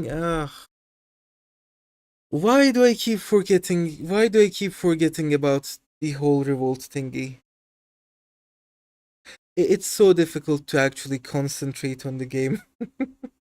It's so difficult to actually concentrate on the game when you're live streaming, I guess. I'm trying to read the chat at the same time.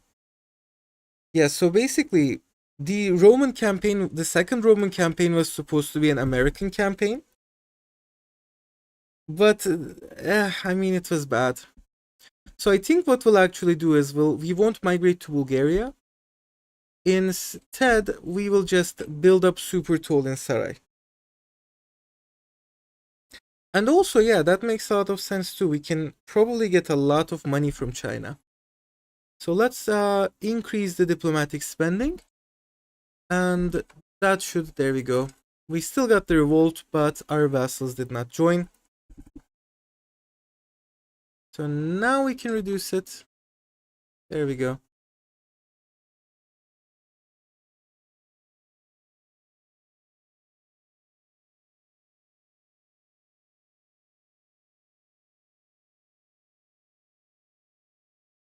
Okay, so we'll try to put down this revolt as well. And then after that, I guess we're going for China.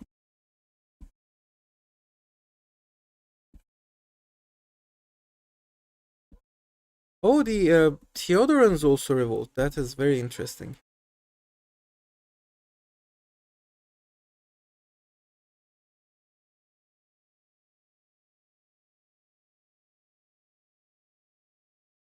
Well, at least the Black Death is over, so that's one less thing that we have to worry about.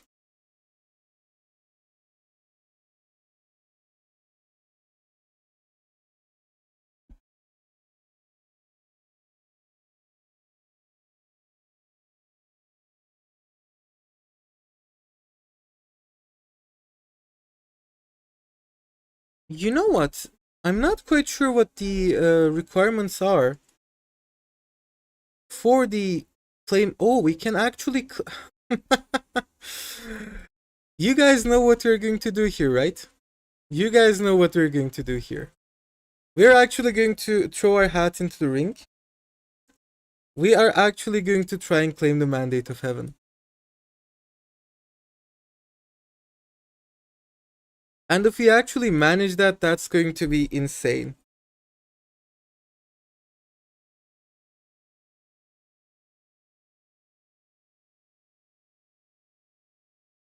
Balance the budget. Where on earth did we get inflation from? I don't know, but I guess it's cool. And I'll even take a loan because half of it is going to be forgiven anyways. So let's see. Bellicose. Oh, half of it is not going to. Oh, geez. Yeah. Why? Oh, because of the assembly. I should also consider changing the parliament type in the early game. Like as one of the first few actions, maybe. But anyways, let's annex these revolters too. There we go. And then let's disband. Oh, can't. I hate this. I hate that you can't actually disband your levies when they're part of the, thingy, whatever.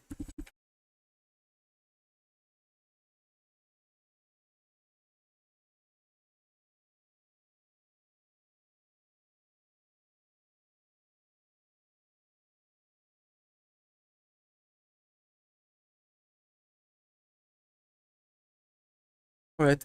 I think we will actually have figured it out if we manage to defeat the Great Yuan and claim the Mandate of Heaven. And we can take Hanbalik as well. Also, let me move this guy around a little. Like maybe missing control. There should be a missing control. There we go. So that's it.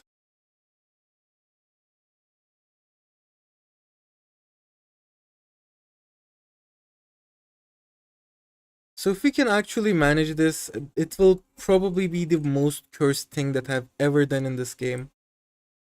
Including Korea. I don't think Kaffa is all that good as a trade node, by the way. I'm not really sure.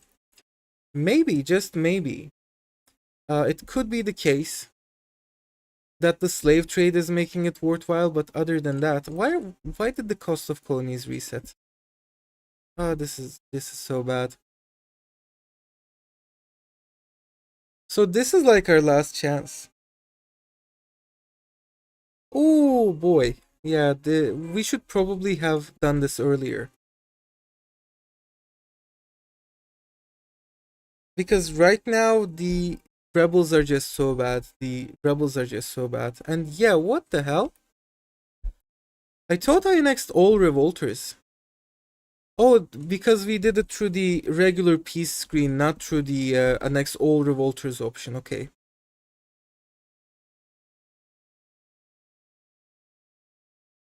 I'll do that, and we'll do this.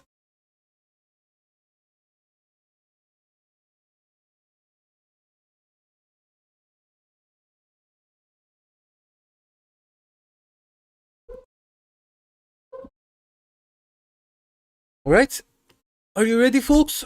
This is our last chance. This is literally the last thing that we can do. I'm going to actually try and claim the mandate of heaven from China.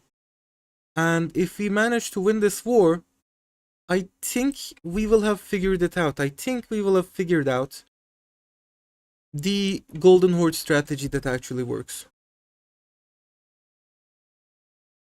And yes, the religious influence is actually quite stable through events. So yeah, converting to Orthodox is probably the way to go here. And of course, then you can create like Orthodox China, which is amazing. Both extremely based and extremely cursed. It's the final countdown. So the main issue that we might run into is the fact that we could potentially like meet one of these guys' armies and get instantly stack wiped. So I think when I'm actually doing this, what we'll want to do is we'll probably want to go through the north, and it's fairly unlikely that we'll get any sort of stack wipes in the uncolonized lands. There we go. Also, our Auruks got destroyed somehow, or maybe... Yes, of course. I managed to left them behind. Ugh.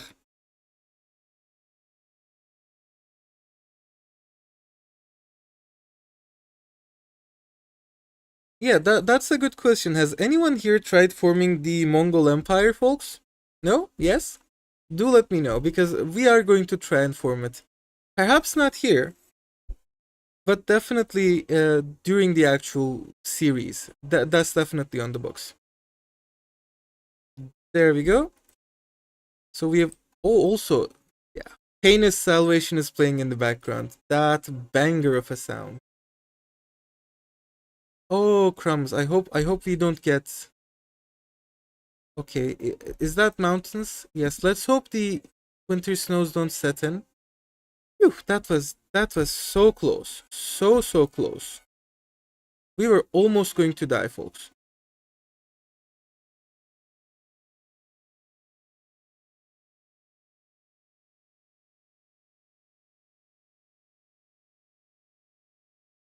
And yes, that is exactly what I was afraid of. Oh god, so we'll actually have to go back. I mean, probably, yeah, but people have been asking for like a way of playing as the Golden Horde. So I think this is like me trying to stabilize them.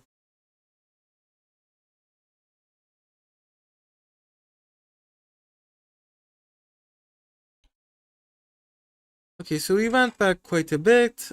There we go.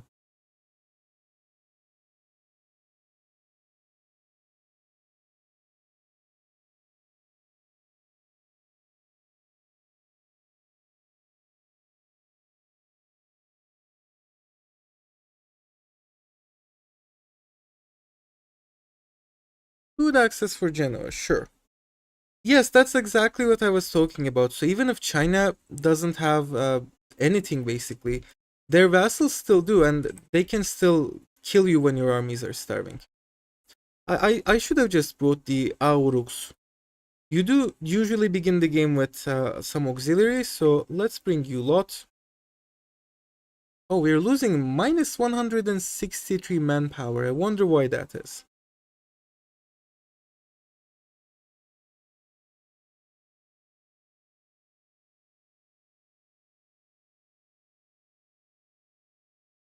I don't think you can form Ukraine, but you should be able to form Ruthenia, which is basically Ukraine.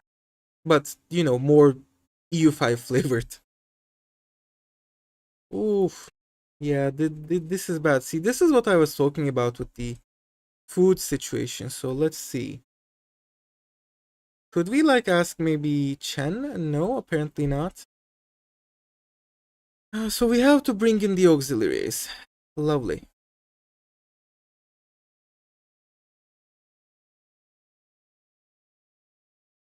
Or maybe capture some, you know, settlement with granaries or something like that. Yes, we have to be... Okay, so I'll just do a save here.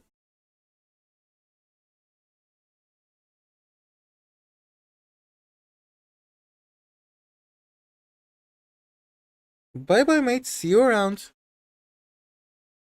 Alyan Buluk. Okay, so we got at least a bit of food, but as you can see, the food just runs out very quickly. So we have to be very, very careful in the Yuan War. And there we go. That's what I'm talking about. You just get destroyed before you can get anywhere. I mean, that's the point. We can do anything. We can actually collapse as the Golden Horde or do anything else.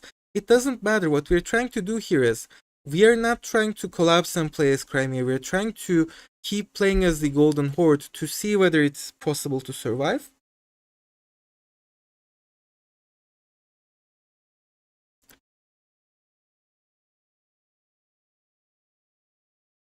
And I think it's possible to survive, but I'm not sure.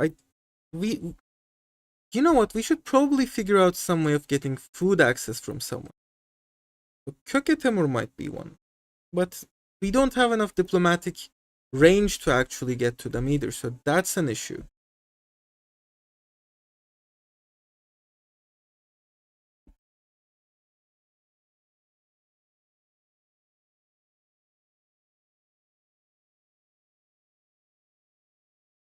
And yeah, that's basically it. We need the auxiliaries. We need the Auruks.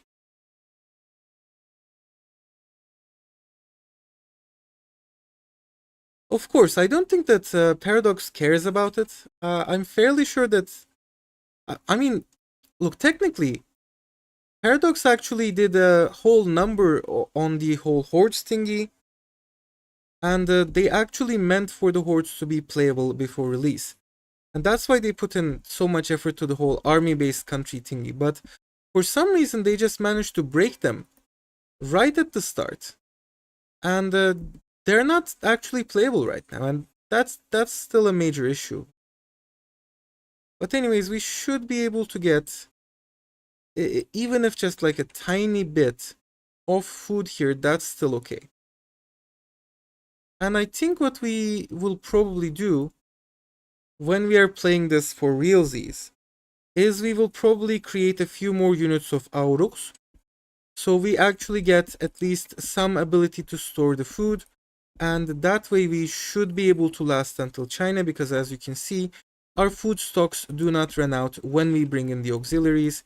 They only run out when we fight with just the levies without using any auxiliaries.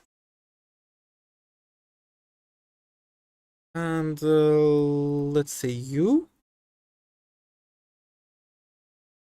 Well, yes, I know. And I did consider going the Catholic route, but I don't know. The whole Catholic conquistador horde thing just, I don't know, sounds rather gamey. Like something, like as if it was not supposed to be a thing, and it's more like an oversight rather than an actual game mechanic. And yes, there we go. By bringing in the auxiliaries, we can actually survive. So there's that.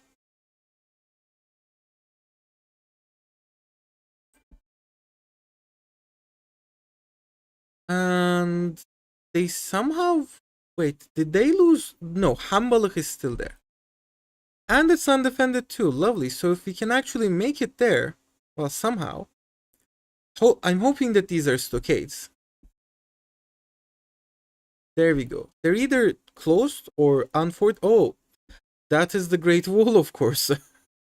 So it doesn't actually allow zone of control. Isn't that just silly? I mean, it wasn't like the whole point of the Great Wall that it should provide a zone of control against the invading tribesmen. It literally makes no sense. But anyways, there we go. So now let's see if we can actually claim the Mandate of Heaven. Where would that be? Take Mandate of Heaven. Yes, we can.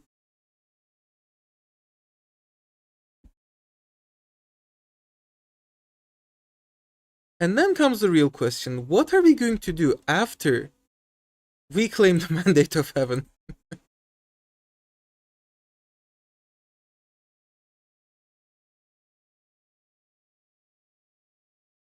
Let's see. Let's just occupy some more lands. And at some point we should be able to, force them to sit down and give us everything that we want. Wait, what? Oh, did the Ottomans actually manage to take Constantinople? Oh my god. That was totally unexpected, let me tell you that much. Let's see, I think Autocephalous Patriarchate of Mount Athos. Oh, so the Byzantines moved to Thessaloniki, and now we have a different Autocephalous Patriarchate. Lovely. There we go. So let's see.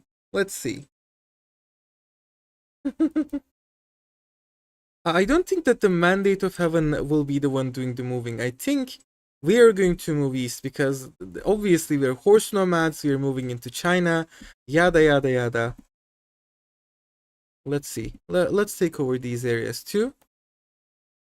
And also at this point, technically the budget is balanced. And technically also our canonization option is very much usable. So I think that simply going Orthodox as the Golden Horde is more than enough to survive, even if you do not go all the way east like we did. And also, what on earth just happened here? Did the, like... Wait, what? Oh, so the Kingdom of Wu probably attacked Chen and destroyed them. And also we're taking a lot of slaves. But I think all of the slaves are going to Saraycik. Let's see, demography. No, they're not going. Where are the slaves going in this case? Let's see, slaves. Oh, right. Yeah, this is bad. This is like really bad. I think what we theoretically could do is, I don't know, maybe switch over to forced slave conversion, which basically de-slaves them. If that makes sense. It doesn't make sense, but it makes sense inside the game. Okay, this is kind of funny.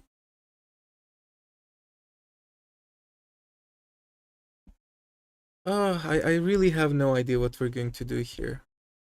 Do we like actually move to China? Because I'm not sure if that would be possible. No, we can't take their lands. What if I just take the Mandate of Heaven? A lot of gold, of course. And of course slaves too. Let's see. If we go for here, you know what? Let me occupy this area. And then we'll try and figure out a way of getting down here. So maybe we can occupy that for as well. Just accept the culture after the war, then unaccept. But wouldn't that cause them to get really pissed at me? And I think I think what will happen is they will actually be the majority. Hell, they might even be the majority right now in Saraycik. If we look at the actual demography, this is majority Liang. And if we had built a slave market in our capital would be majority Liang as well, or majority China, majority whatever Chinese culture that we have. The first migrations were east to west, now the second is west to east. Yep. This is truly cursed. Oh, thank you. The Orthodox really get so many good events. Like so many good events, and they're taking in so many slaves. Okay, I think we have figured it out. You definitely want to attack China. Not when the Red Turban rebellions have progressed, but right at the start, when all of their levies are down, and take as many slaves as you can, and also take all of the money that you can. Yes, all the tasty lands have broken away. Yes. Yes. Oh, I also forgot to switch out of the assembly again. Ugh.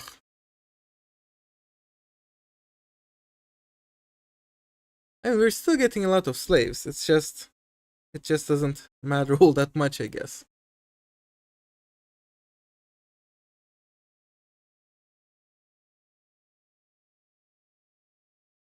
But even with all of the tasty lands being broken away, we can still get like 1,000 ducats from China. And also war reps. But for the war reps, let's get this location as well, maybe. About 137k. So you can definitely get infinite scaling, or you're close to infinite scaling on the slaves. But it's not going to be easy, let me tell you that. And then the slave revolts are probably going to cause us a lot of issues as well, so there's that.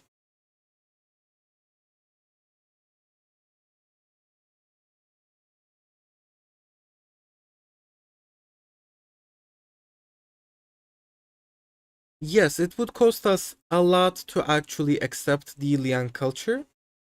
So it would cost us 2.66, and we're already above our capacity with the Crimean and the Astrakhani. So that is bad. Let's see. I think Yuan will accept it, right? So we're going to take the Mandate of Heaven and a lot of money from them. And then the real question is, what are we going to do with the Mandate of Heaven now? This is so silly. This is so utterly cursed. Oh, Ming is the big dog in China now. I'm willing to bet that they attack us to try and take the Kingdom of Heaven, the Mandate of Heaven, but honestly, who cares? Let's see. And we are still a horde, by the way, despite becoming the leader of the Middle Kingdom. I think it didn't change anything. Oh, this is absurd. This is so bloody weird. And the Mongol Empire requires you to own everything. Oh boy. I never had slave revolt either. What is a TNO? Never heard of that. So let's see. Well, first of all, it gives you, I believe, either the equivalent of being Empire rank, or I don't know, it just gives you something. Let's see. Middle Kingdom. Wait, what? Oh, so if you wait for 1 month.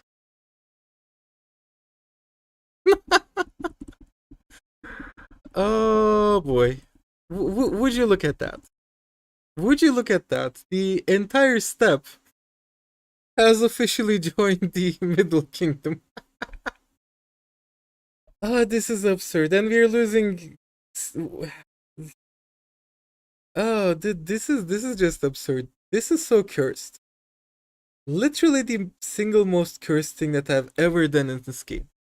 So the Middle Kingdom gives you 50 cultures capacity, yes, 50, plus 1 cabinet seats, plus 50% diplomatic capacity, and everything else, I guess. And we can't become an empire though, so that's kind of funny. Oh yes. We gave away our entire war rep in the form of tributes. So now the question is, we have become the Middle Kingdom, but how do we actually do anything with it? And I think we're not going to do anything with it. Number of friendly tributaries. So I guess what you could do is I don't know, keep improving really. Oh, what you could do is release all of these not as vassals but as tributaries. Yes, accepting all the Chinese isn't a problem. So I think there is actually like two ways of going about this. Number one would of course be just taking the money and taking the mandate for shits and giggles, and then not doing anything with it. Number two would be actually building up your run around it, and basically migrating as the Golden Horde to China in order to become essentially the Great Yuan. So just replace the Great Yuan with the Golden Horde, which is hilarious, let me tell you that. But again, that's not exactly what we've been aiming for in this run, so I don't know. I'm really not sure what to do here. So at least our budget is kinda sorta stable. Our religious influence is kinda sorta stable, so we can basically do whatever we want right now. We don't really have to do anything. Let's see, war reps. Are we not getting any war reps from Yuan? That's interesting. And I guess what we could do is we could just improve our relations with our tributaries, because these guys haven't broken away yet. And that would even give us more than enough celestial authority to actually counteract all of the effects here. Also, I should probably do like this. And what do we do with this guy? Maybe develop? No, probably. Convert, yes, we probably need to convert people. What the? Why is our religious unity so low? Oh, because of the slaves, of course, of course. Yeah, the graph doesn't really show it, but 138,000 additional slaves is really bad. Yeah. And this guy has been doing literally nothing so far. So that's that too. Yeah, okay. Doesn't have to be literal tributary subjects. Interesting. No subjects run. If we ever actually do a no subjects run, I think the way to go would be the Ottomans. But, you know, if you mean by no subjects, no custom subjects, that could work. Alternatively, just the Great Yuan, that could also work. But I'm not sure. I think we'll do a no subjects run eventually, but I'm not sure when or how that would be. But anyways, this is basically what we've managed to accomplish, and the status of the Han. Wait, aren't you also supposed to get like an examination law as the as part of the Middle Kingdom? Or maybe that's tied to the celestial laws here.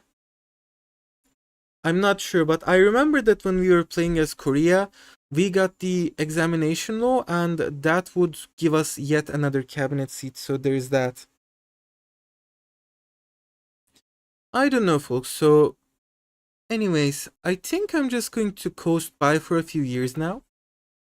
And then we will probably stop this run and go back to the start and try to figure out how to survive without going all the way to China. Alternatively, going to China could be a part of the strategy because it definitely makes sense. Against Chao Zhao. Yeah, whatever, you guys are on your own. I don't really care. And why is the Great Yuan still the Great Yuan and not like the Northern Yuan? I don't know.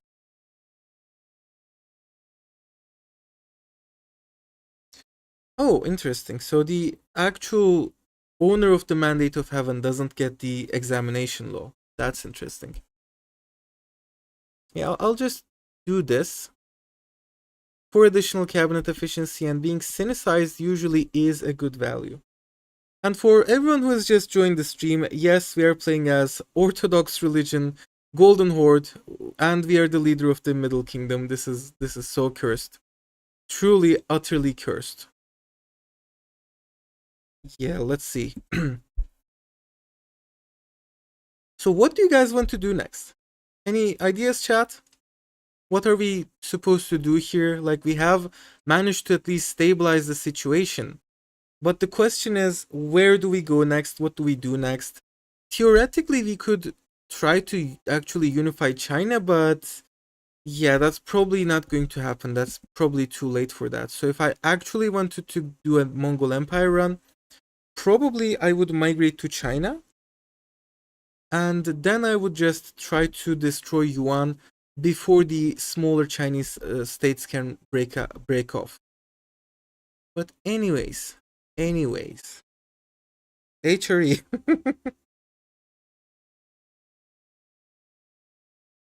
Nah, I'll just let them starve or get killed or whatever.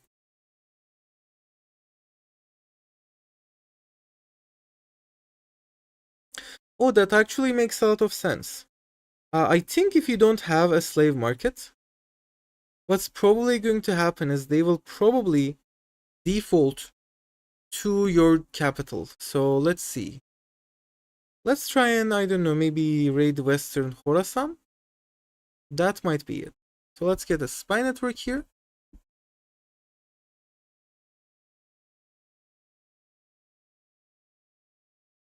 Also, yes, technically we could convert to Catholic and try to like become the Holy Roman Emperor. That is something that we could definitely do. I'm not sure how we would go about it, but you know, it is a possibility. But the more important thing here is we have managed to survive as the Golden Horde without imploding. So I think that's the main takeaway from this. I think that's the main takeaway from the whole stream. You can actually survive as the Golden Horde without imploding. Let's see. I'm supposed to look at the missing control. There is no missing control. The missing control map mode is lying to us. Ooh, boo. So we'll just send everyone to convert people. And let's see where our most highest populace is. Of course it's Rin because of all the people living there, yeah. Ah, boy, this is so bad. I'm not sure. I think you can be the Middle Kingdom and the HRE at the same time. I mean, as far as I remember, I think the Playmaker did it in one of his earlier runs, so unless they patched it, and it is quite possible that they might have patched it, it should be possible. It should be doable. Also, just look at that huge Sanjiao here. I think we can also do a synod now to intensify conversion efforts, just so we get the additional pop conversion speed and cultural influence.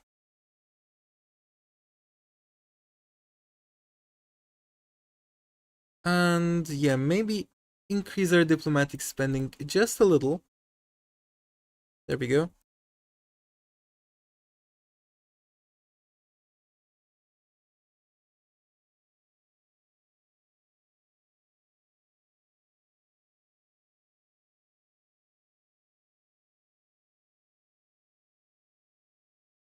Alright, so we'll try to raid Western Khorasan next. I believe they're Muslim. Yep, they're Sunni. So that should give us a rough idea of what exactly happens when you do slave raids without actually having a slave market. And then we'll see about the rest, I guess. In the meantime, I guess I could help my subject out with the rebellion here. Blue Dragon. Ooh. A shaman from Darjeeling has presented himself. Ooh, this is really cool, by the way. And we can just kill him for stability. I'm not going to do that, of course, but yeah.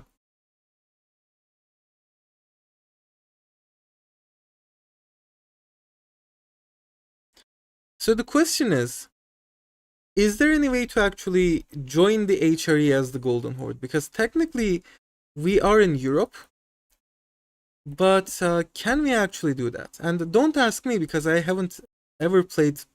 I haven't played a proper game in the HRE ever. Interestingly enough, because obviously it's been broken so far. So yeah, there's that. So I'm not quite sure what the conditions are for joining the HRE. Her culture is cultural. Yeah, very very cultured person. Yeah, I did not pay attention to that one, unfortunately. And Chorniar is entirely Orthodox at this point, which is nice. Move your capital. Yeah, probably we'll have to move our capital to the HRE.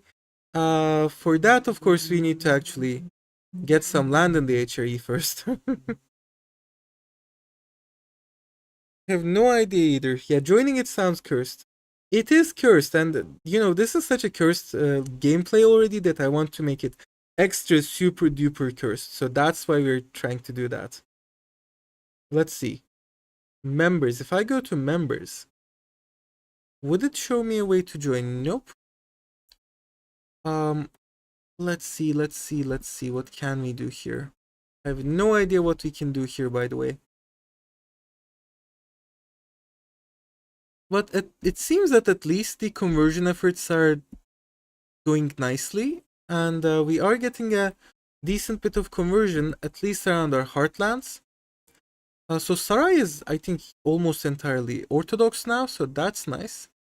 Let me move this guy over to, say, here. We still have, like, decent bits of control along the river system here, along the Don-Volga river system. When you border, so we'll have to get a border with the HRE. That is nice. Let's see. So I guess what we'll do here is that part of the HRE? I think so. Doesn't appear to be, but I think so. So maybe if we manage to fight the Teutons, that could be it. That could be an easy way of getting into the HRE without having to do all that.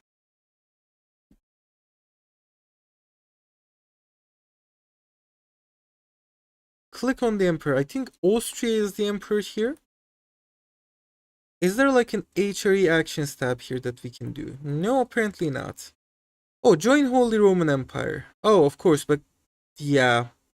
Minus 300 and minus 150. So yeah, I don't think that because we're a kingdom, they will probably not accept us. We could get up to 200 from that, but nah, that's not going to cut it. Let's see. And to actually be the HRE Emperor, we need to be a location-based country too, so we wouldn't be able to become the Emperor. Yeah, so we'll probably... So, I think the issue here is we could join the HRE, but we can't become the Emperor just yet, because we would have to become a monarchy first. Being a step horde disqualifies you. So I guess we could theoretically become a monarchy by assimilating Sarai to Mongolian. So let's try that. Let's see. You are going to start assimilating our capital to the glorious Mongol culture.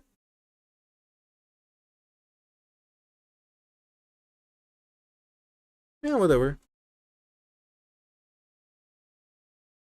Whatever again.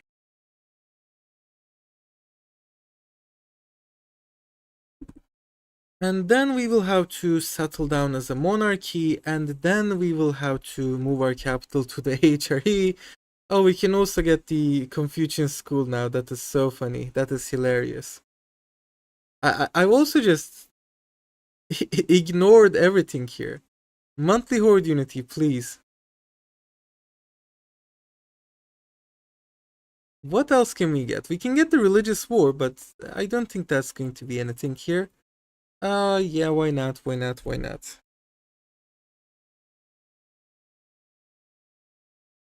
Horse riding HRE Emperor would be better. Yep. If only you could stay as a horde and then still be the HRE Emperor, that would be fun. But anyways, I think what we're going to do is I'm going to try this one last act here of trying to get some slaves without having a slave market. And then we will actually see about the rest.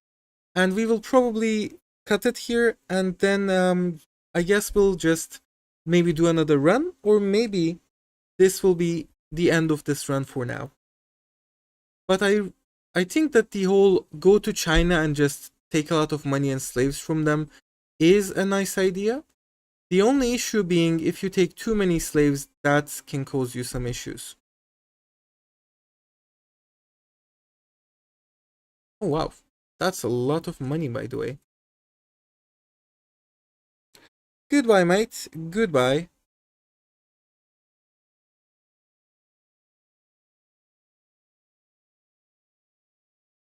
Huh?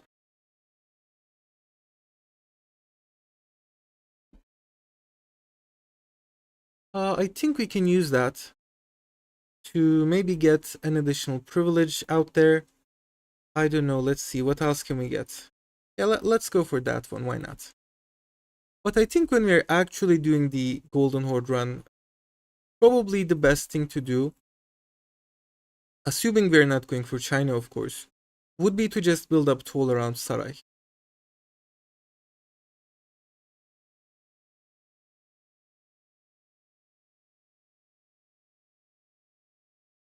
Institute canonical law, that sounds nice. Or we could, yeah, we probably don't want to expand any road network. Although, hmm, yeah, probably not. I mean, that's rather unfortunate. Ah, I keep forgetting to change the parliament. I'm not sure. We're getting a lot of conversion speed indeed, and I definitely did not expect that. So let's see what's actually going on here. Let's see. Where are you guys converting? In Yelan? Nah, it's just the regular conversion speed. I have no idea why it's so quick, by the way. Like, I don't know what's exactly is going on here.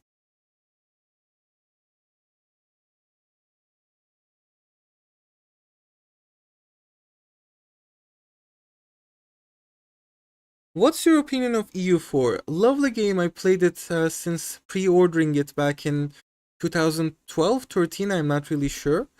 And it was a really nice game, but towards the end of its life cycle, it just became so bloated that it wasn't worth playing anymore. And I think now that we have EU5, I'm probably not going to go back to EU4, except maybe I might play a bit of Anbenar here and there. So we'll see about that. Yeah, sure.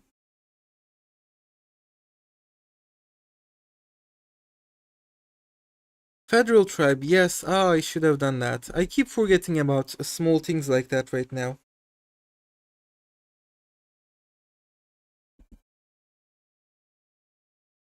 Oh, interesting. Hmm. So let's see. Let's see. Let's try to attack these guys, and as you said, let's try to see what exactly happens when you attack someone without any slave markets.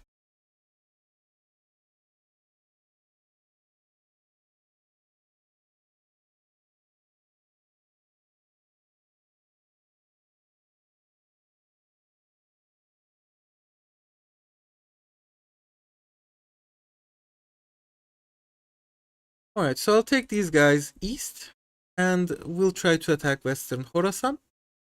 Just to see, again, just to test out what happens when you attack someone without any slave markets. Where do the slaves go?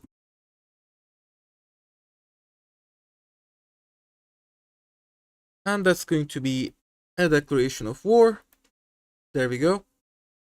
And let's just slowly occupy their entire country. What time in history interests you the most? That's a really interesting question. I don't have a really particular period that I'm just so interested in. I think maybe the Age of Enlightenment, that's one. And also ancient history, definitely the Bronze Age, the Iron Age. Really enjoy that kind of stuff.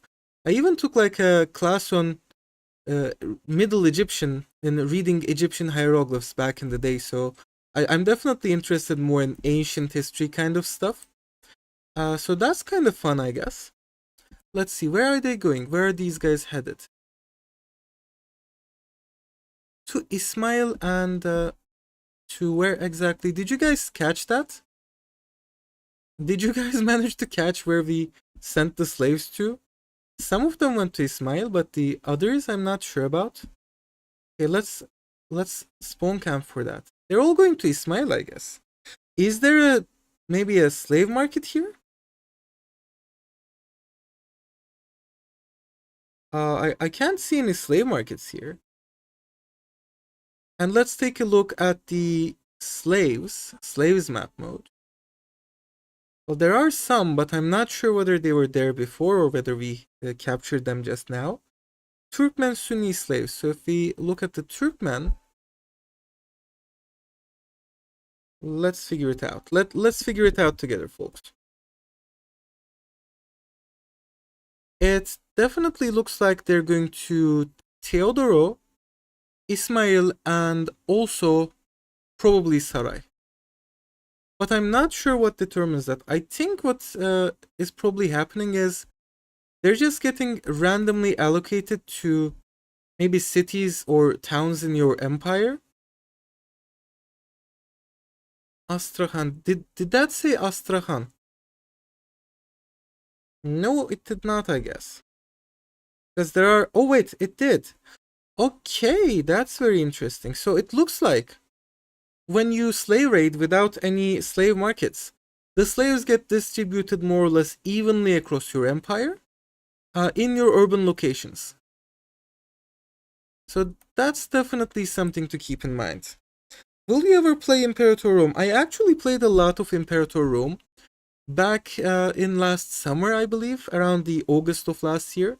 It was fun, but it does get stale very quickly, so I'm not sure. We'll probably play it for Imperator Day next year if I end up sticking around until next year, but we'll definitely consider playing it at some point. Hey Kissinger, thank you. You are great as well. Which university has hieroglyph lectures? Well, it was a university in the country of Redacted, but you know, I think quite a lot of them do actually. Especially the more liberal arts oriented universities. Like, I'm fairly sure that most of the major universities in the US, for example, have them. I think I was checking out the catalog of, was it Princeton? I'm not sure. Some big shot university like that.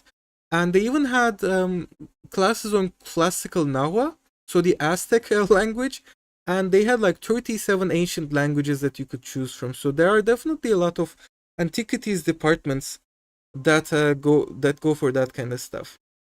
Release Tejan. Honestly, I have no idea what we're going to get from these guys, by the way. I literally declared the war to see where these slaves would go, so whatever floats your boat, I guess. And then we actually have a decent army now.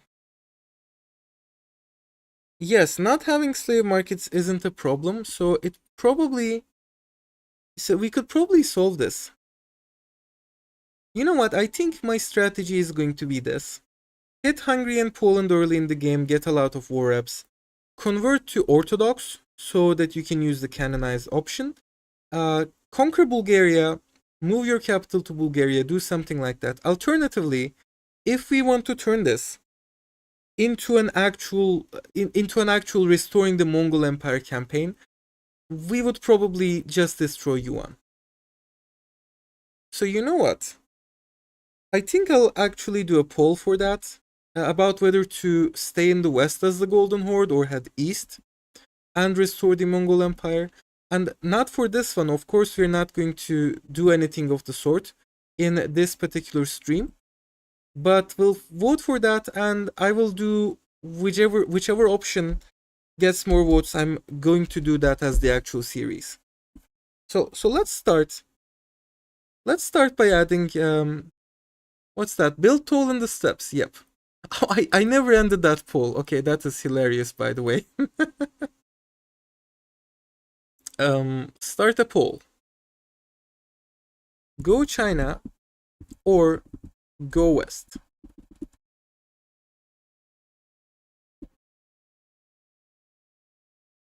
China, west. And I'll consider this when we're actually doing Career over for the war room, he's been doxxed. You're definitely from Earth. Are you sure about that? I mean, we have birds where I come from. Birds are not an Earth unique phenomenon, folks. In fact, if you let life take its own course, there are two end nodes that it can end up being. It can either become a crab, or it can become a bird. And that's why birds are actually secret government spy drones. So definitely keep that in mind. And remember, kids, do drugs. Alright. Oh, what? Okay, what the hell did I do? Why did I improve relations with Hungary? Yeah, we're just doing random stuff at this point.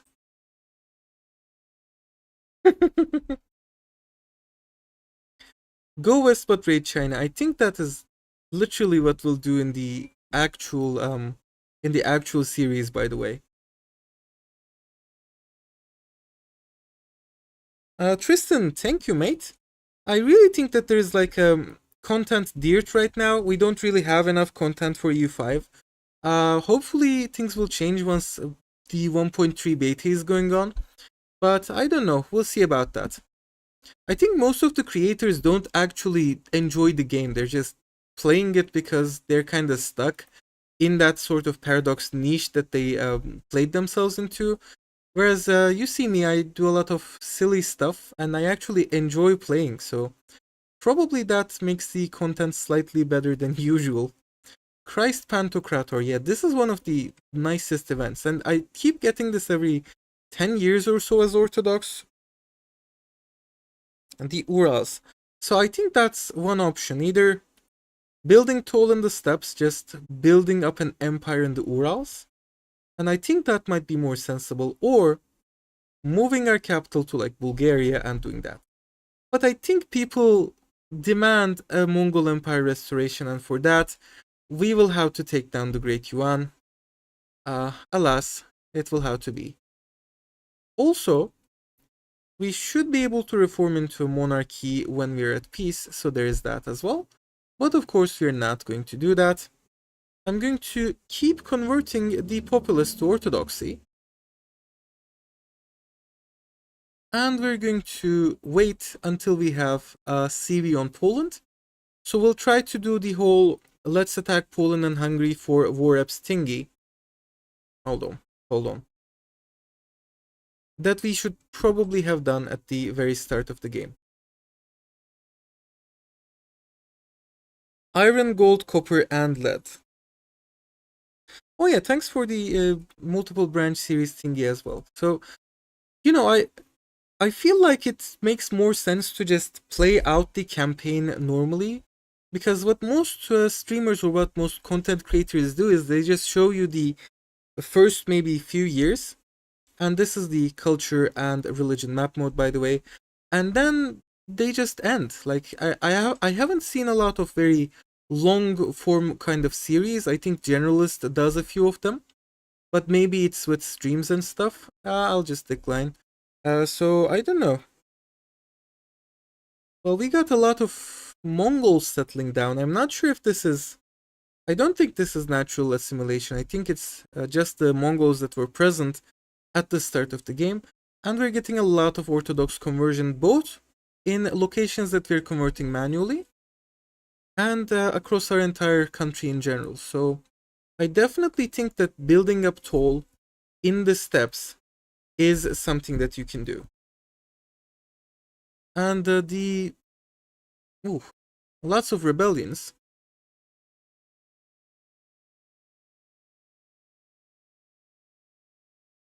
But the rebellions seem to have died out as well, at least in our own lands. Our vassals keep getting them, but the vassal swarm is more than capable of dealing with them. And they are fairly docile. I expected them to be worse, basically, but they're fairly docile. And let's see, I think we can also enforce culture at this point. Are you guys also Orthodox? You guys are also Orthodox. You guys are Tengri. You guys are Orthodox. So maybe when we get... Oh, But of course, we want to create a CB on Poland. Who's your favorite historical figure? If I told you that, that would dox me for sure. Oh, what's that? Place a large tributary shipments. Huh. Interesting. Yeah, sure, why not? And we have a regency, and again, the canonization button is definitely going to come in handy. So next month we should be out of the water with the Horde Civil War disaster. And yes, we are pretty well decentralized at this point. Cthulhu loops in CK3. Well, I remember people like Cool18 and Northern Lion and Aramba doing longer series like Let's Plays. Back in the day when I was first learning EU4, oh wait, oh crumbs. We have a regency. We have less than or equal to C. Wait, what? Oh my god, we actually ran out of eligible heirs. Oh, this is so bad. This is so bad. We actually managed to hit the Horde Civil War disaster. Oh god. Let me do another canonization. Maybe if we get over 75. There we go. So if you're in a regency, you need more than 75 Horde unity to actually avoid the disaster. So there's that. Maybe the real location of the war room is the friends we made along the way. Maybe, who knows? Who could ever know? Let's see. Increase naval infrastructure. Institute feudal levies. Wartime promote state religion. Ah! I did it again. I forgot to change parliament again. Guys, please remind me when this parliament is over to do that. Because otherwise, we're toast. So create CB, yeah, I'll make them a tributary. Oh yes, I need to manually marry everyone. Oh, of course. Yeah, see, this is why I don't do live streams usually. I just keep forgetting about the simplest things, and then, you know, all hell breaks loose as you see right now. Oh god. Can the lady become the Khan? I do not believe that she can. Can she? Take the throne. I don't think that she... Yeah, tribal oldest male. But if we had switched over to the matrilineal non-exclusive, wink wink nudge nudge, that could have been it. But anyways, whatever. Well, someone said that if you switch to this one, it still doesn't prevent the Horde Unity hit. And I think that's the case because if you look at the step Horde government type, it also says minus 50 Horde Unity change on ruler death. Crowned. Oh, there we go. Okay, this is fun. Prebrana Izbor Hatun. So we are the Golden Horde. We are Orthodox. We are the leader of the Middle Kingdom without owning a single location in China. And as of today, we are ruled by a Ryazanian Orthodox Hatun. Even though in theory, women should not be allowed to ascend to the throne. Yeah, I think we broke the game. I think this is definitely peak. This is definitely peak Golden Horde gameplay here. And the Kiev Lavra. Yeah, so going to Kiev from the get-go gives you 54 religious influence. So I think that might be the best option here. Or alternatively, improve relations with the Byzantines, hit Hungary very early on for additional money, go on a pilgrimage to Constantinople, and through that you should be able to avoid the Horde disaster succession crisis.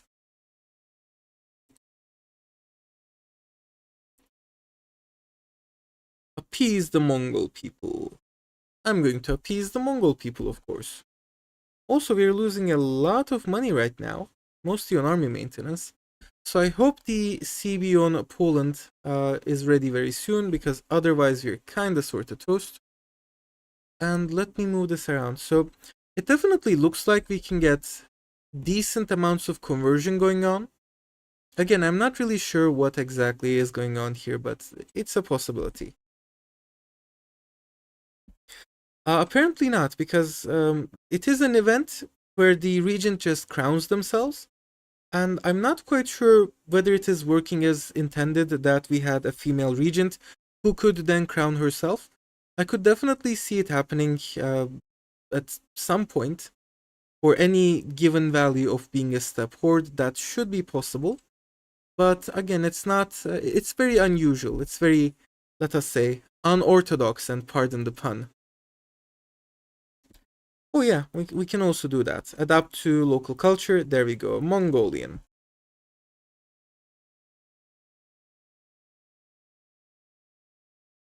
And yeah, the vassals are just so unstable. But at the same time, they're stable because we have so many of them. They kind of manage to remain stable. Also, are we getting anything at all from the Tatar yoke? I feel like you should be getting a lot more money from the Tatar yoke. It doesn't make any sense that the payments here are only 0.33 ducats a month. And yeah, also, yeah, we are basically toast as far as the institution spread is concerned, which is really bad. But again, this isn't actual gameplay. This is just me having fun, testing out what we can actually do with the Golden Horde. What else do we want here? We could get everything, but it wouldn't matter, I guess. And the ideal thing to do here is, of course, to import the institutions using fleet basing rights, but yeah, that's not going to cut it, I guess. Whatever. I'm just queuing up everything that we can get. There really isn't much that we can get in over here. So let me get Filioque issue first, so we get the additional torrents of the True Fate, and then the rest will just yeah, we'll just do something about. No, it removed the cool hat. Oh, you're right. For some reason, she just became hatless.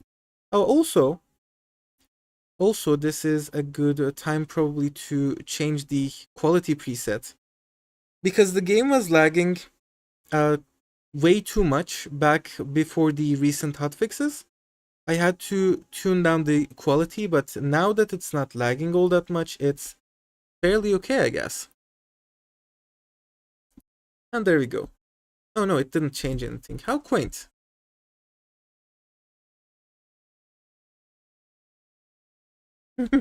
No, I'm not going to take peasant levy. Do not worry about that. I mean, the thing is, there, I don't think there's anything that you can do with the Tatar yoke. It's a very opaque system. Like if you're, if you're the Golden Horde, you can't really interact with this in any meaningful way. I believe that the only way that this can actually change is if another Russian principality asks you to be the Grand Prince of Vladimir. Otherwise, you can't really do anything with them.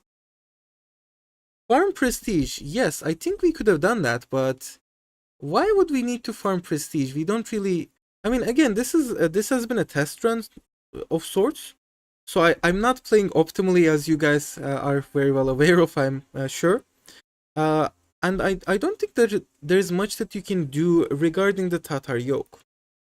Let's see. Can I actually? Yeah. So I can't actually do anything as part of the Tatar yoke either, I believe. I guess I could make tributary, get the make tributary thingy and make all of these guys tributaries, but are we even getting any, meaningful amount of money from the tributaries? I think not. Anyways, before we go, let's try to figure out if the initial strategy of attacking Poland and Hungary and using the money that we receive from them to build up our capital would have actually worked, because I really think that would actually have worked. So that's probably going to be our actual strategy when we do the actual series here. Farm prestige for the LARP. That is the only reasonable excuse that I can think of for actually farming prestige. So let's increase the army maintenance here. And then let's go first for Hungary so we can destroy them, destroy their armies. And then we'll head back north. Oh, we also lost... Okay, that's very interesting. Huh. The Ming can just claim the Mandate of Heaven? Just like that? That's very interesting. Because we certainly didn't lose a war against them, so that's interesting. You know what, I'll just leave the Middle Kingdom at this point. Whatever.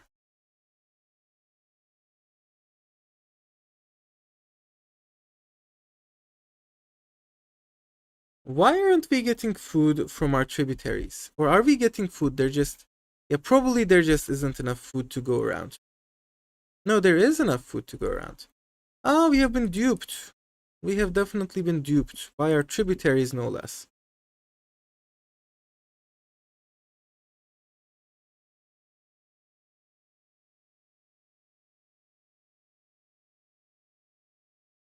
Alright. We don't have a diplomat to perform the... yeah, sometimes I am a very forgetful silly goose.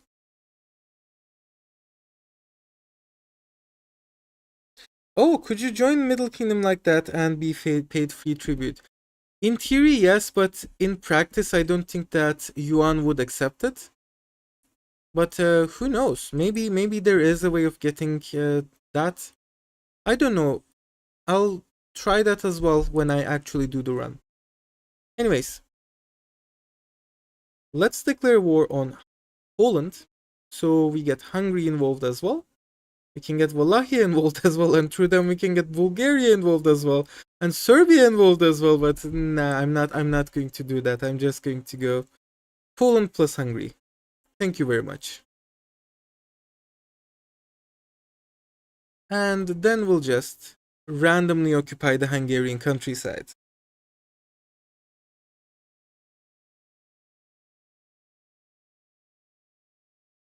And yes, well, in theory you could join the Middle Kingdom, but I believe that the Yuan usually stops the tributary payments about 5 to 10 years into the game, as soon as they hit rebels. So I don't think that would have really changed anything.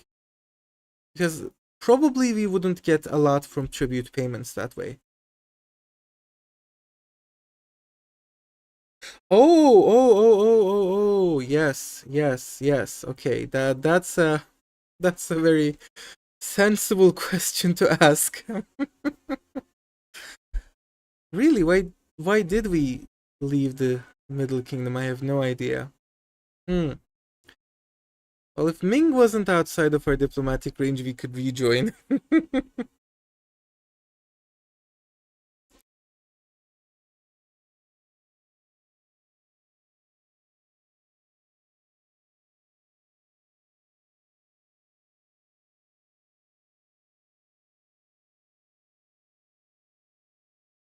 Wouldn't you get tribute after New China forms? Yeah, that's a fairly good point, I guess.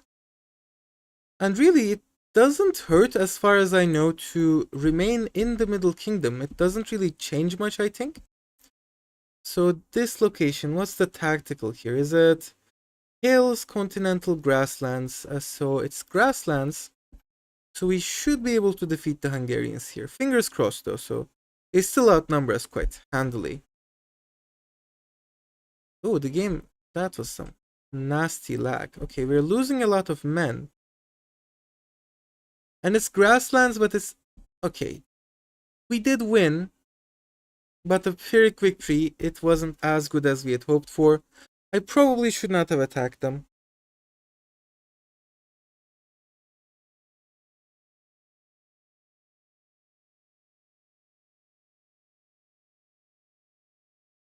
Oh, good. Yeah, this is kind of bad. So if we attacked at the start of the game, I know for sure that you can defeat them because I've done it quite a few times beforehand. But yeah, let's see. Oh, also changed this guy maybe. Also got 25% additional conversion speed. So maybe we are getting some sort of increase to our conversion speed somehow. I'm not sure. Let's check Dardeling. No, that would be written over here. Very interesting.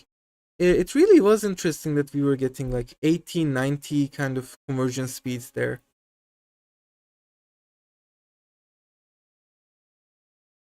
And we can separate piece them on the 8th of August, so we'll wait until then. We've even lost our status as a great power. Interesting. Although I guess maybe most of that was coming from the fact that we were the leader of the Middle Kingdom, so maybe there is that. Yes. So I'm just going to run circles around the Hungarian and Polish armies until the, let's say, the 8th of August, and then we'll just do that.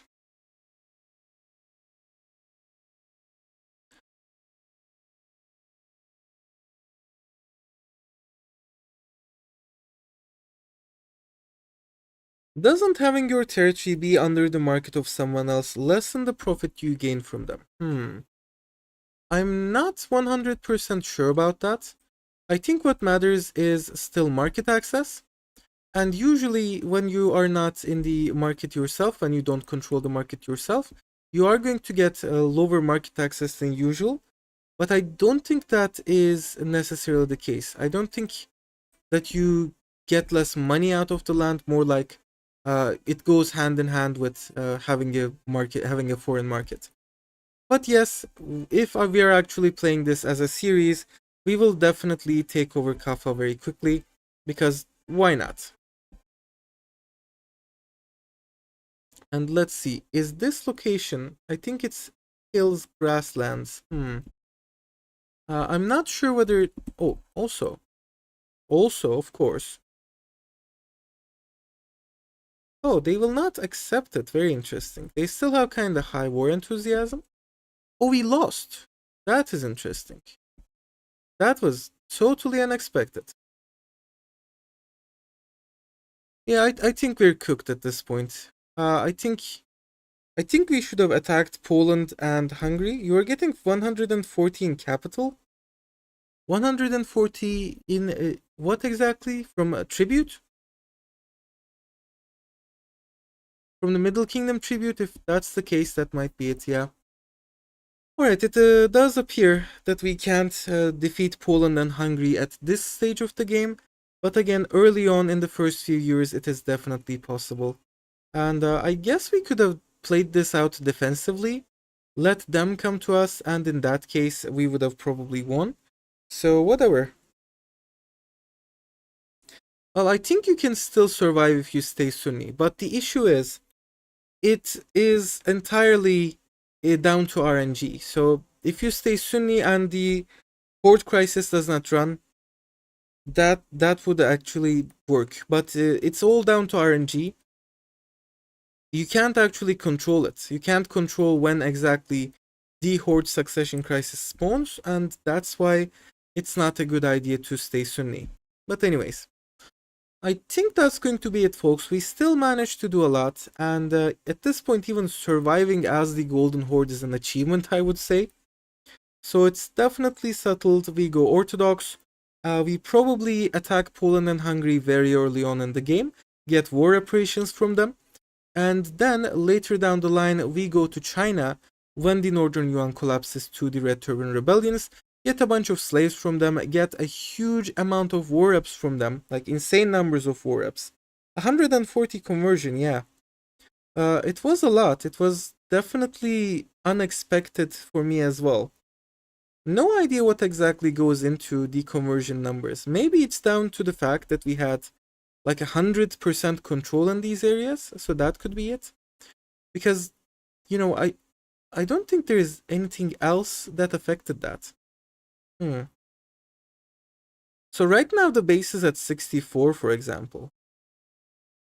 Ah, changes it from 114 to 39. Interesting. I mean, the base is 40, and I guess the rest depends on your cabinet efficiency and how well this guy is. I think a large part of that simply might have been the fact that we had very high military abilities on our ruler, because I believe that your ruler's abilities also impacts the efficiency, there we go, of the cabinet actions. So with a 70 military ability, with a 50 ability, we're getting an additional 25%, 70 ability, another 35%. So in order to get to 140, that's still a lot though. That's still a lot. I'm not sure, honestly, I have no idea. It was probably broken. But anyways, I think that's going to be it for the live stream, folks. We still managed to soar as the Golden Horde, and in the actual run, I'm definitely going to use the strategies here, especially the Orthodoxy thingy, in order to build up the Golden Horde. And the only question is, do we go east or do we remain in the west? So I guess that's it. Thank you all for watching. Do you guys want me to do anything else? Are you interested in seeing anything else in this run or maybe in other runs or anything like that? You guys want spoilers? Do let me know in the chat.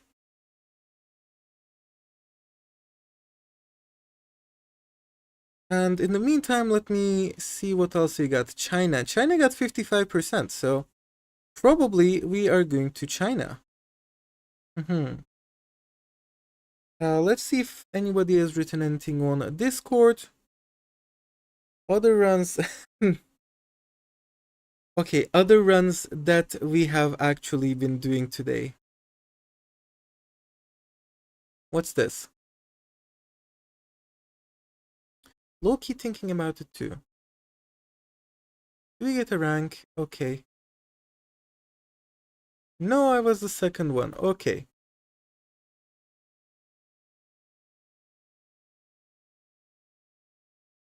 See both East and West Horde. Well, so do I, but, you know, it would take a while, I guess. It's worth supporting, yeah.